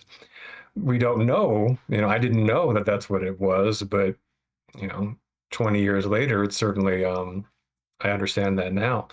Yeah, the memorial show, honestly, like with Mitch's passing, that ended everything in terms of the riff that I had created. And I don't like saying that out loud, but it was something what we had dealt with as young men as in our early 20s, that situation that I handled poorly, handled very immaturely.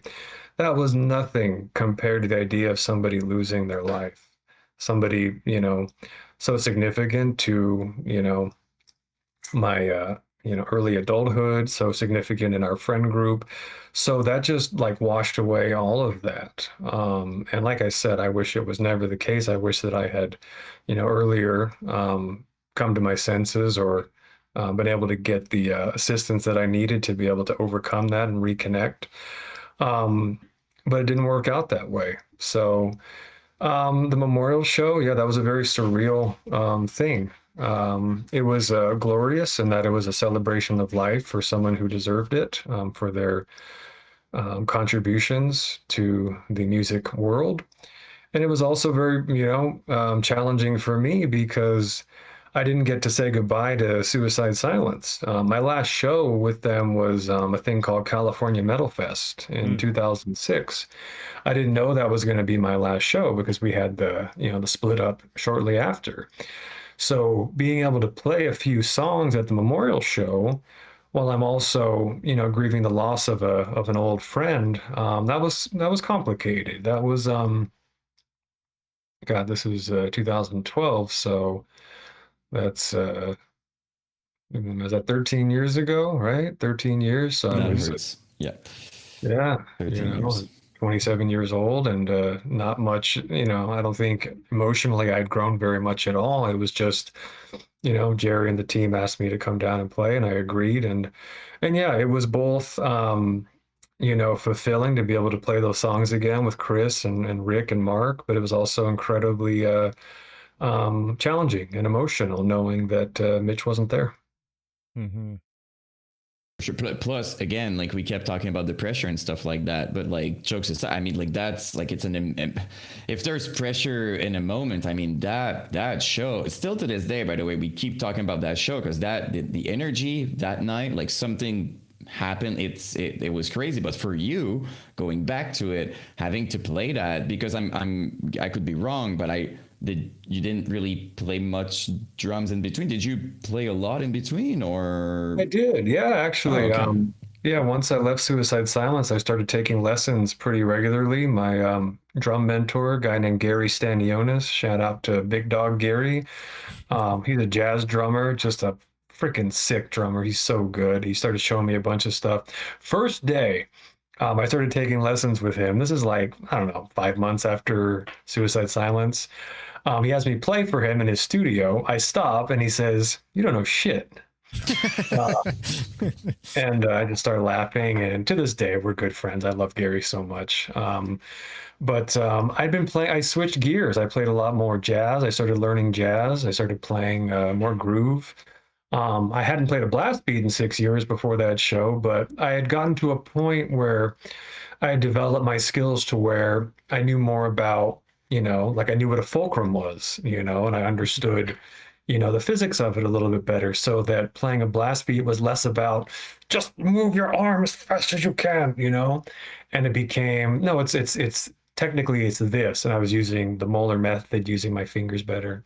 So it wasn't that much of a learning curve. It was just the weirdness of it, You know, the emotion of, you know, being back with my friends to do this project um, after this tragic thing had happened. It was very, very difficult, but seeing old friends there was just incredibly emotional. Playing my buddy Greg Wilburn, who's to this day one of my best friends. He sings in a band called Oblige. Mm-hmm. He was in another band called The Devastated. They're kind of synonymous.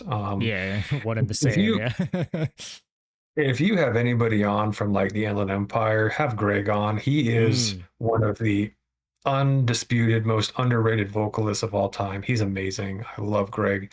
But yeah, playing with him because he filled in on a song because he was also very near and dear to Mitch, and then playing with Brooke from Impending Mm-hmm. Doom was, and then Johnny just reconnecting with all those cats. So yeah, emotional night. I hope that we, you know, gave Mitch the send off that he deserved.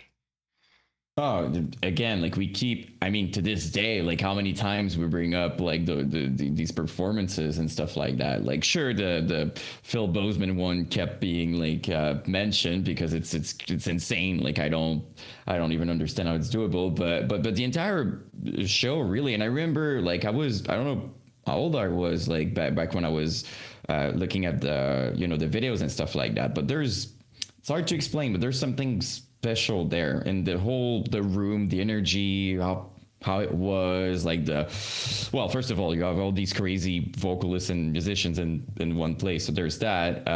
But again, just the crowd and something special was happening. So to your point of like the proper send off, I mean, I don't want to speak for anyone here, but if we're still talking about it now, I'm pretty sure you guys did it right. I appreciate you saying that very much. Welcome. I mean, it's tying back to the whole conversation of sometimes just a few years, an event, something like that. In the perspective of someone, it can be short lived or just like a small error in their life. But like when you look back on certain things, the impact can be massive and very important as well. So I think it ties up to the other conversation of your role in the band, for what it's worth. Were Absolutely. Were you still listening to metal at all? Like, because you said you started Good playing question. more kind of like jazz and other styles of music and stuff. Were you, but then on one hand you like completely shut out Suicide Silence from from your from your vision. So I assume they would come up if you were listening to deathcore bands, So something tells me you weren't necessarily listening to much deathcore afterwards. No, you know, I spent most of those years in the desert. My wife and I moved to Palm Desert, or, you know, Palm Springs, Coachella Mm, Valley, here in okay, California. kind of And jealous for a second here. yeah. I love it down there. Um, and I mean, physically, you know, I disassociated, but also, yeah, musically, I don't think I was listening to anything like other than what I was being exposed to in the desert. So, like I said earlier, I've never like discovered music on my own. That's never been Hmm. my thing. I've always been very grateful to have folks in my life who would say, "Hey, check this out, check this out," and you know, I'd kind of filter out the things I didn't get hip to. So I was listening to, like I said, a lot of jazz. Started listening to guys like Wayne Shorter and Miles Davis and Coltrane and all those Elvin Jones, those great drummers and musicians. I started playing in a rock and español cover band in the desert, where we were doing like bands like Maná and Enanitos Verdes and Los Caifanes and all these great rock bands that I was introduced to while I was living out there. And I met a bunch of great people, great families who kind of embraced me and my wife and gave us a bit of a community. And we'd play cover shows, you know, here and there in the deserts. That's how I kept up. But metal, no, I didn't really get back into metal until Rick hit me up a few years ago to write some music with him and Justin. Justin's the was the singer of Torn Within, fantastic frontman, great guy. But that's when I really started to, you know, enjoy these things that I had been, you know, closed off to. You know, like I didn't even hear like Thy Art Is Murder until like, I don't know, 4 years ago, 3 years ago. Like I heard that. What's that freaking badass song? The first track. The Reign of Uh, Darkness, or yes. yeah. Oh, I can listen to that song over and over. It's so good. Um, but yeah, I was listening to. Well, I would have just maybe assumed like maybe you still could have been listening to the old stuff you were already accustomed to, right? But Oh yeah. okay. Oh yeah, yeah, for sure. Like, I mean, I still like loved Corn, like Deftones, Cattle Decapitation. Mm. Dude, friggin' legends, Cattle Decap, they're so good. They just get Somehow better. keep getting better. I don't. There Yeah. was something in their genes, man. Fucking And their mutoids or vocalist something. too. I mean, Dude, pretty insane. Travis is the On another freaking level. Yeah, yeah. he's on another level. He's so good. He's such a sweetheart. Um, but yeah, I'm gonna pop on my glasses here Mm. for all the youngsters. I'm gonna look at Being my list of serious. things. Oh, like Lamb of God. I never stopped listening to Lamb of God. They were always very important. Um, Dimmu Borgir, that's one thing my wife and I share. We both love Dimmu Oh, Borgir. Um, Other stuff I'd listen to, Between the Buried and Me. I've loved most of their stuff. Not all their stuff. Some stuff, some BT Bam I put on. I'm like, what are we doing? Like, Hmm. just call it something else. Um, Animosity, the album Empires, like I still to this day listen to that almost weekly. It is so good. Um, so good. I don't know what it is about it, that meshing of like hardcore, like Madball meets, you know, Dying Fetus. God, I loved Animosity. They were Yeah. fun to play with too. Good But the guys. tech side of it, it's just very, I don't know, for me, my ADHD brain very much appreciates a band like Yeah. Animosity. Yeah, and I think now because like back then when I was playing, hearing a really technical band with like a technical drummer, it was very discouraging.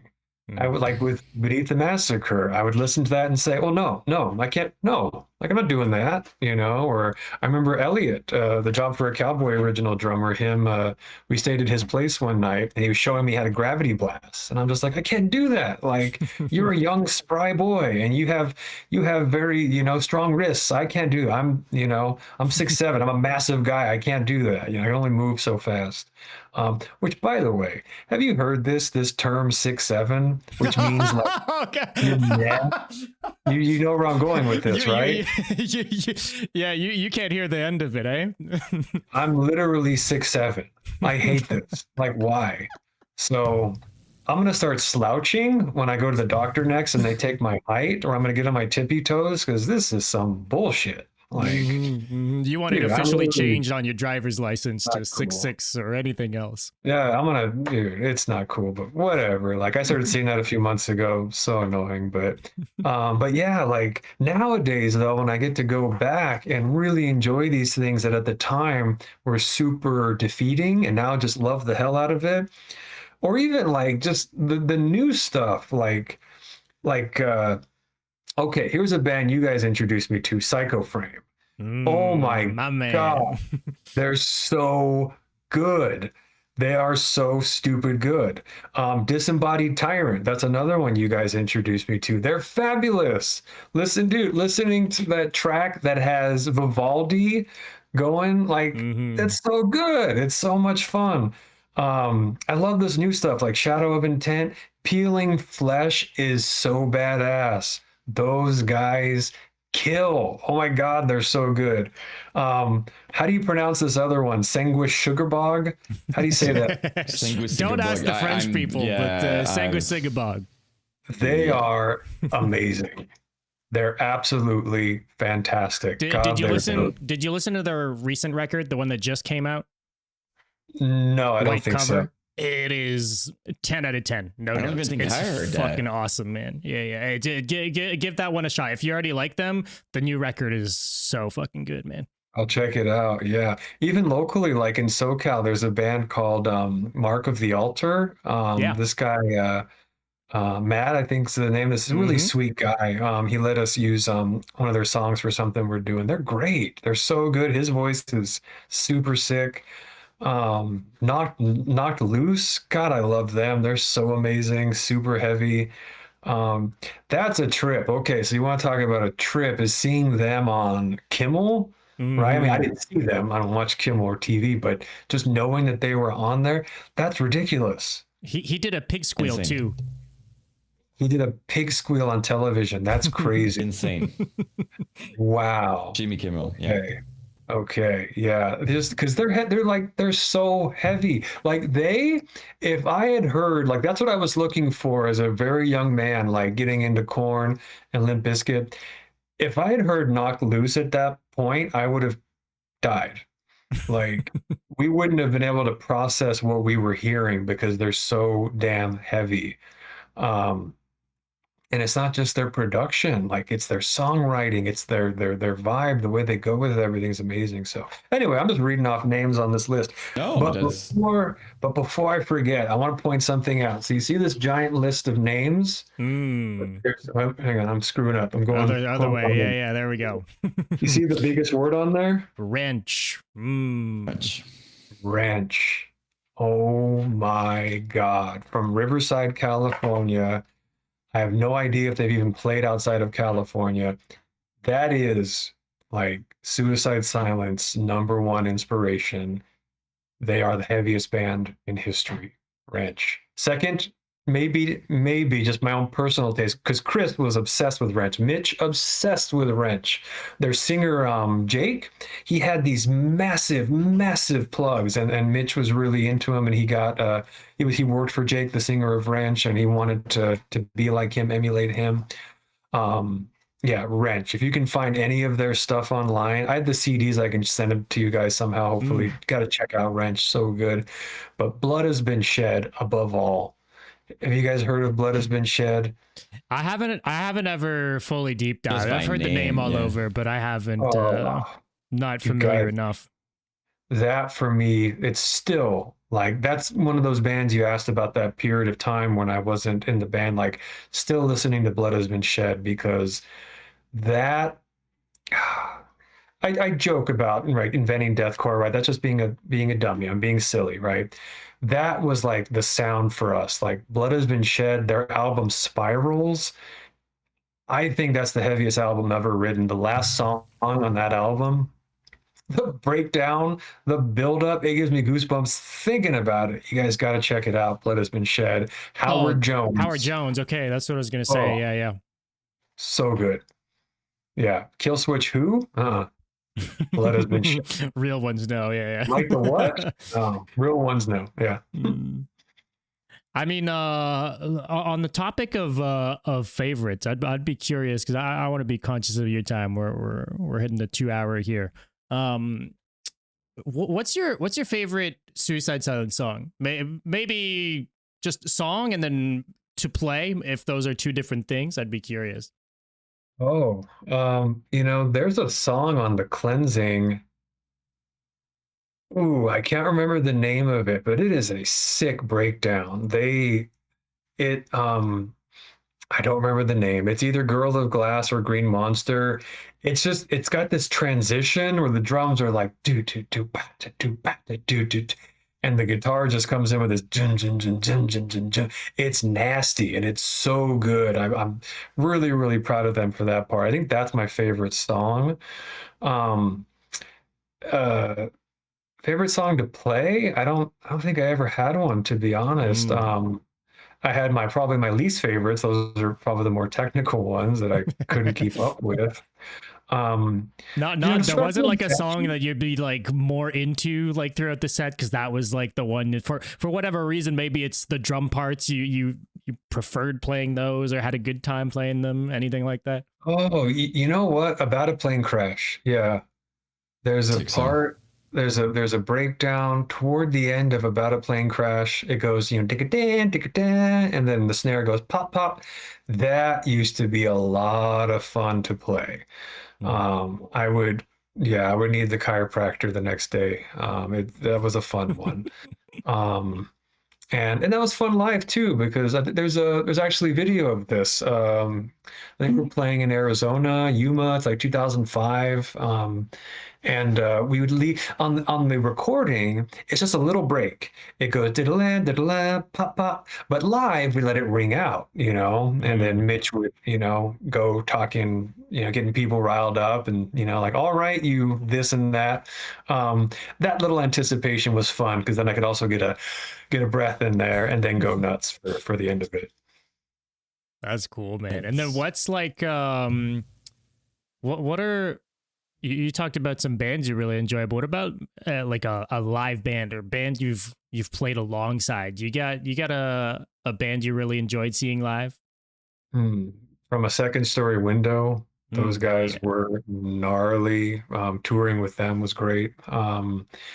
Seeing live, God, who did we play? I mean, Job for a Cowboy, again, phenomenal. God, they were so good. They're still so good live. They were great. We played with a band called Into the Moat. You ever hear Oh of hell yeah. them? Mm-hmm. I don't think I Oh, did, but they Severely underrated, man. They never got their super, love. super underrated. We played a few shows with them. One show we played in LA. I played in so many weird, sketchy places. Like it's a miracle I'm still here, or that anybody's still here. Like so many sketchy places, but this place was sketch. Like this was soon to be, Suicide Silence meets Texas Chainsaw Massacre sketchy. Like there was like chains and hooks. It was gnarly. But Into the Moat played the show with us, and they were so good. Like they had such energy. They went absolutely crazy.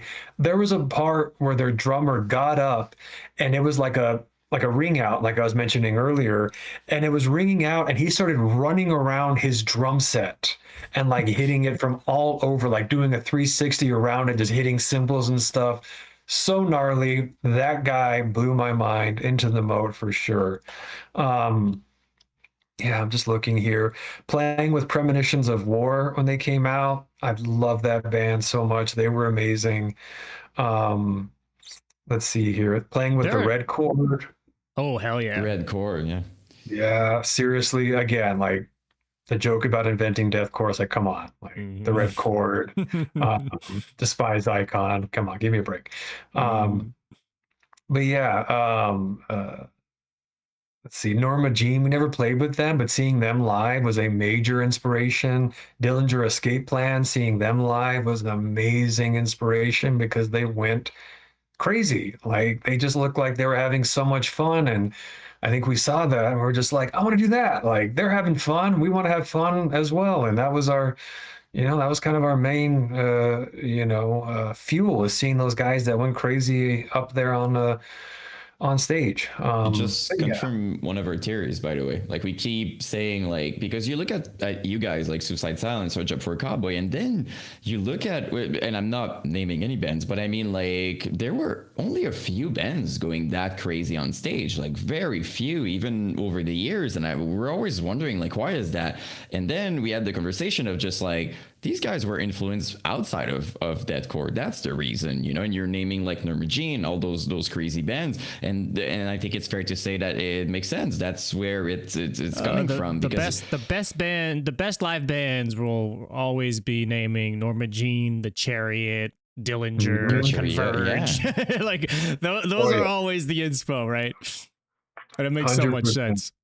Converge was another one. Their live show was ridiculous. That really motivated us. Also, The Locust. Oh hell They yeah. were so much fun to see live. Seeing them at the Showcase Theater, just going, crazy was a lot of fun. Yeah, it was other genres too, for the most part. Like we love seeing, I used to work at a place called the Showcase Theater in Corona, right? We played a lot of Mhm. shows there, but I'd work there. A bunch of our friends would work there. We'd watch the door and so on. I remember working a show that it was like Misery Signals and 6 Feet Under and some other bands. I had my hands full that night breaking up fights, just trying to separate people and say, would you leave the guys headbanging alone? And would you headbangers leave the kids dancing alone? Just nobody could get along because there was these two cultures clashing. And I don't know, just thinking back, that was very, I don't know. It was it kind of tells the tale of deathcore because you literally had these two competing groups that didn't understand each other, and I don't know, it was interesting to witness. Like all in Yeah. one. Yeah. Like fans at odds within a single band genre, right? Because you're like reuniting these two styles that didn't make the crowds never meshed in the first place. Oh yeah, absolutely. The one of these shows, Internal Bleeding was on stage, and there were so many fights, and I was again working the show, so I was breaking up so many fights with my buddy Pat and my buddy Jake, God rest his soul. Um, and we're just trying to get through the night. And then the singer of Internal Bleeding says, "Hey, you know, a lot of different guys here tonight doing different things. If you don't like the person, or if you don't like what the person next to you is doing, just hit them." And I'm just like, why did you say that? Like, and he literally just opened the gates of hell because the next song they start playing is just more people getting thrown out, and you I know. thought you were Garcia was helping you, like, hey guys, just get it on, and he's just like, no, do it worse. Just be worse. He Just just said, yeah, he just said, make it worse, act out even more. Shame on him, but I whatever. mean that's usually like a hardcore yeah. frontman or a breakdown call out kind of thing, not a death metal thing. Isn't that so funny? Yeah, that it's all in love though, right? When you're moshing and dancing, it's all in love. I mentioned Misery Signals. I want to give the love to Seven Angels, Seven Plagues. That was Mm. another major influence. A lot of stuff they were doing, we were big into. I didn't get to see them the one time they came out here, but they were a big inspo for us as well. Mm-hmm. Yeah, bands like them and Premonitions of War, like you mentioned earlier too, I feel were bands that I guess a lot of the bands that ended up being labeled as deathcore bands, a lot of those bands kind of mentioned those two bands like specifically would have them in there like bands we enjoy or like influences or whatever. But I feel like it's like a weird thing because fans of, let's say, Suicide Silence maybe know of these bands less. They're like the level behind it. You know, they're like a lower I don't know how to explain it, but it's like an extra degree of separation or whatever. But Yeah. because you used to always hear about those bands, but they were like your yeah, this is the way to put it. They were your favorite band's favorite band, Yes. but Oh, they that's a great weren't the way. general people's favorite band for whatever reason. I don't know. It's just one of those things.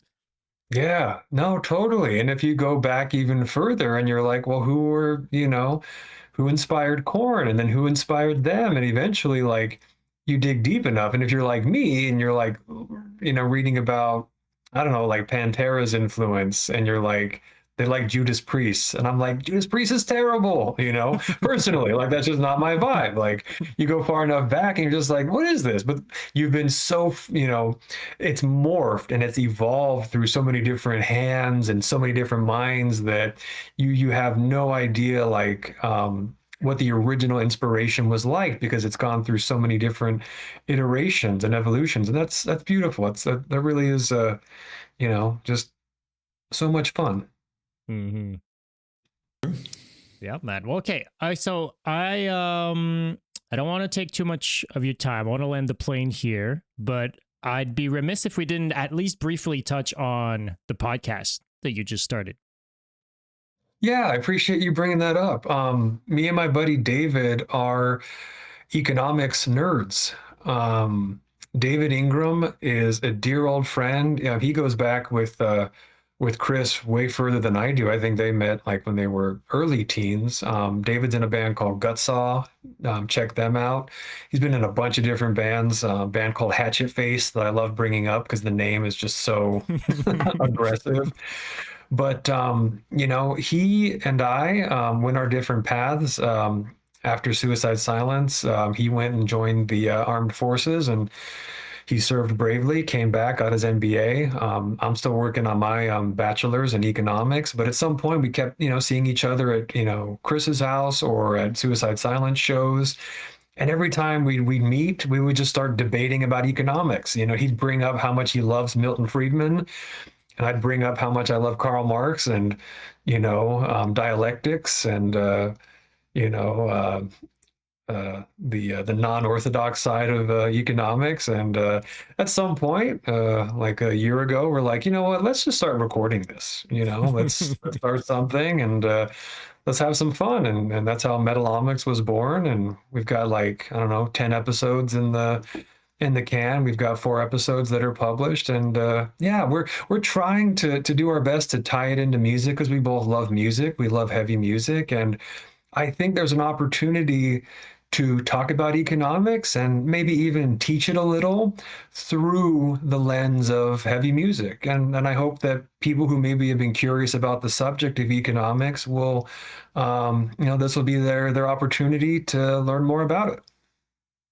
Yeah, and you That's guys cool. aren't really, I guess, like debating as much as you're saying you guys would would do in regular conversation, right? Like, I feel like there's more of a, maybe a little bit more of a through line into, or like not a message, but knowledge to put forth with each episode, at least for what it's been so far. Yeah, we're going to get into some disagreements, because we do have some disagreements. I think we're still flirting. We're still in the dating phase. We're in the honeymoon phase, but at some point we're going to have a fight. Like, it's going to happen. Because we both harbor some strong feelings about, David probably would be okay with me saying that he's much more on the free market, closer to the libertarian side of things, and I'm more fascinated by things that Karl Marx wrote about in Capital and many of his other works. Doesn't mean I'm necessarily gung ho about one style of politics over the other. I'm just fascinated by the theory, and it's going to be really fun for us to get in the ring and throw blows over which theory is stronger than others. For what it's worth, to like having conversations like that, like I feel like that's where you grow. If you just talk with people that shares the exact same opinion, I could be wrong, but I mean, there's not much Kind of growth in it. boring. It's fun, but it's just okay. You're just confirming, like it's it's not when you talk with people and then you're able to, in this hopefully a civilized way and a respectful way, just hear the other side. You might be surprised over the years, or maybe after a while, maybe your opinion is going to be altered, or maybe it's gonna be the same with an added perspective, which you understand people better afterwards. So I think there's a lot of, even if you take a business and stuff like that, like I think we should encourage debating more, because that's where growth happen and results. So I'm no clue why I'm saying all of that. That's just what I thought when I heard it.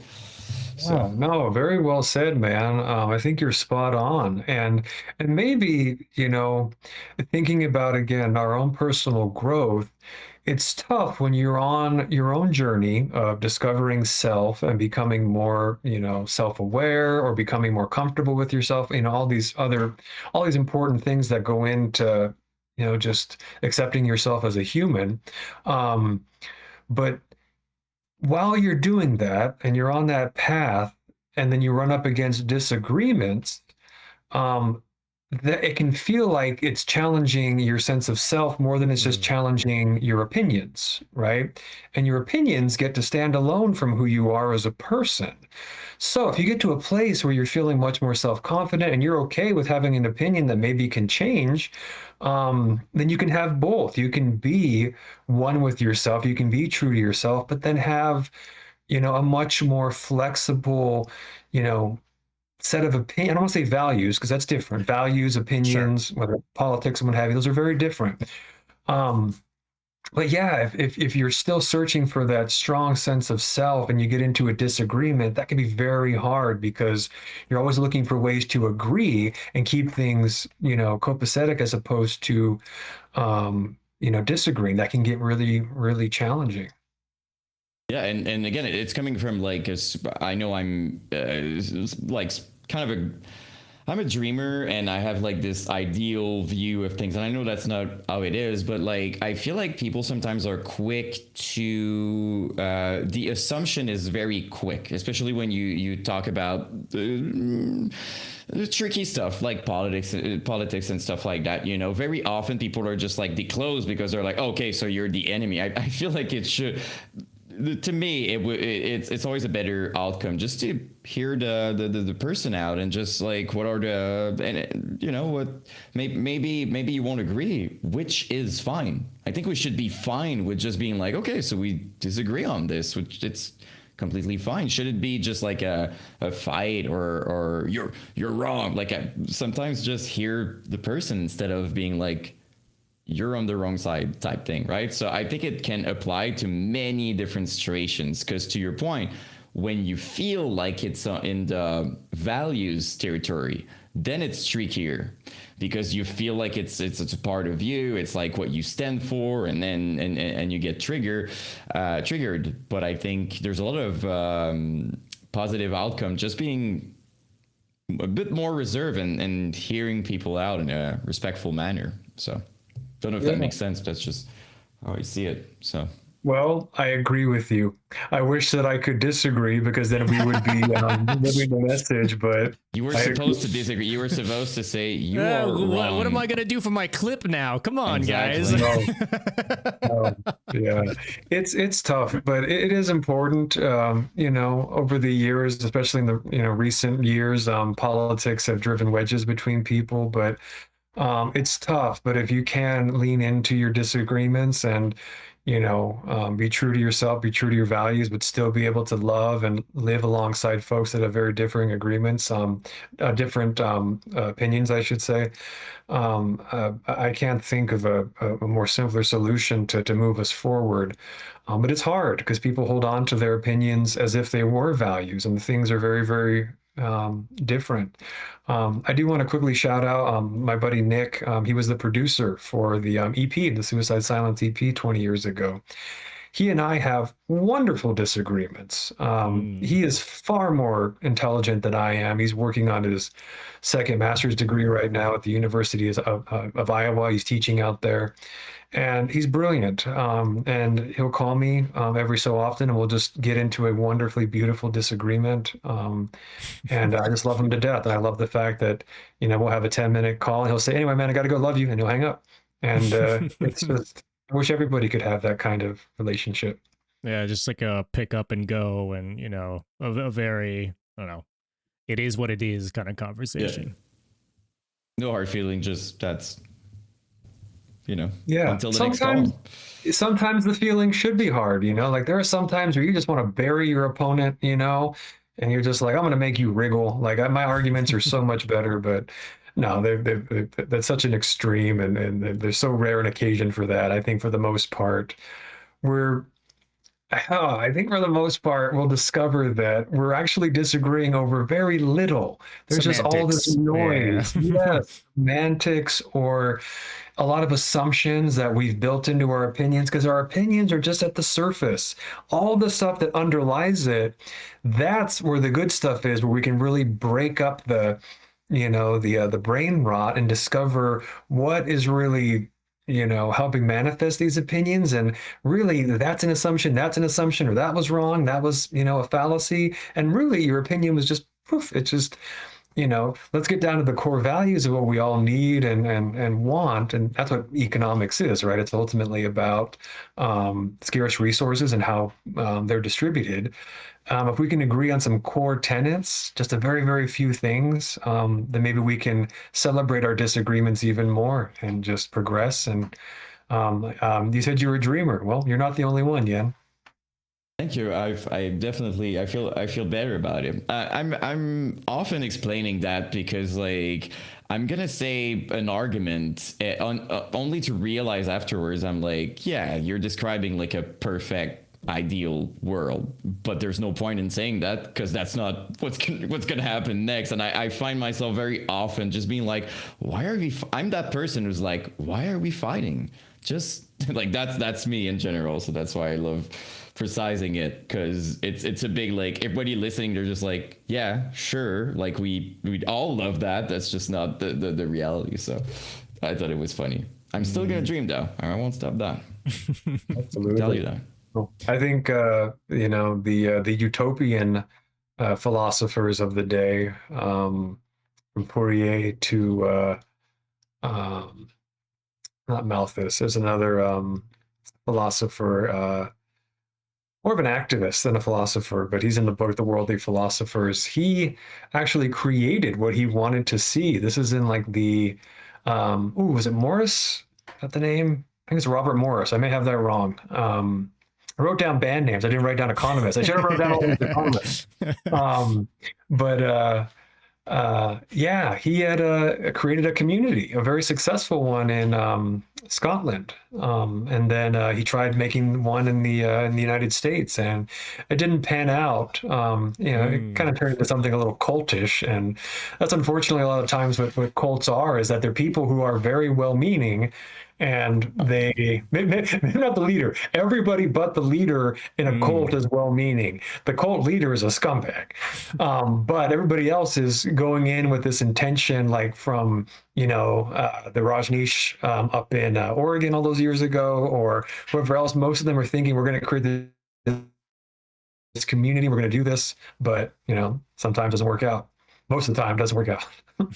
Yeah, I think it's fair to say, it rarely work out. But to your point, it's a lot of people are like, how can you get involved in something? It's because people are hoping for something better. That's all there is to it. It's just people thinking they found something better. They didn't, unfortunately, most of the time. Totally. From what we've seen, at least, it's not exactly that. Yeah. Josh, thank you so much for taking the time to do this, man. This was an awesome chat. Incredible.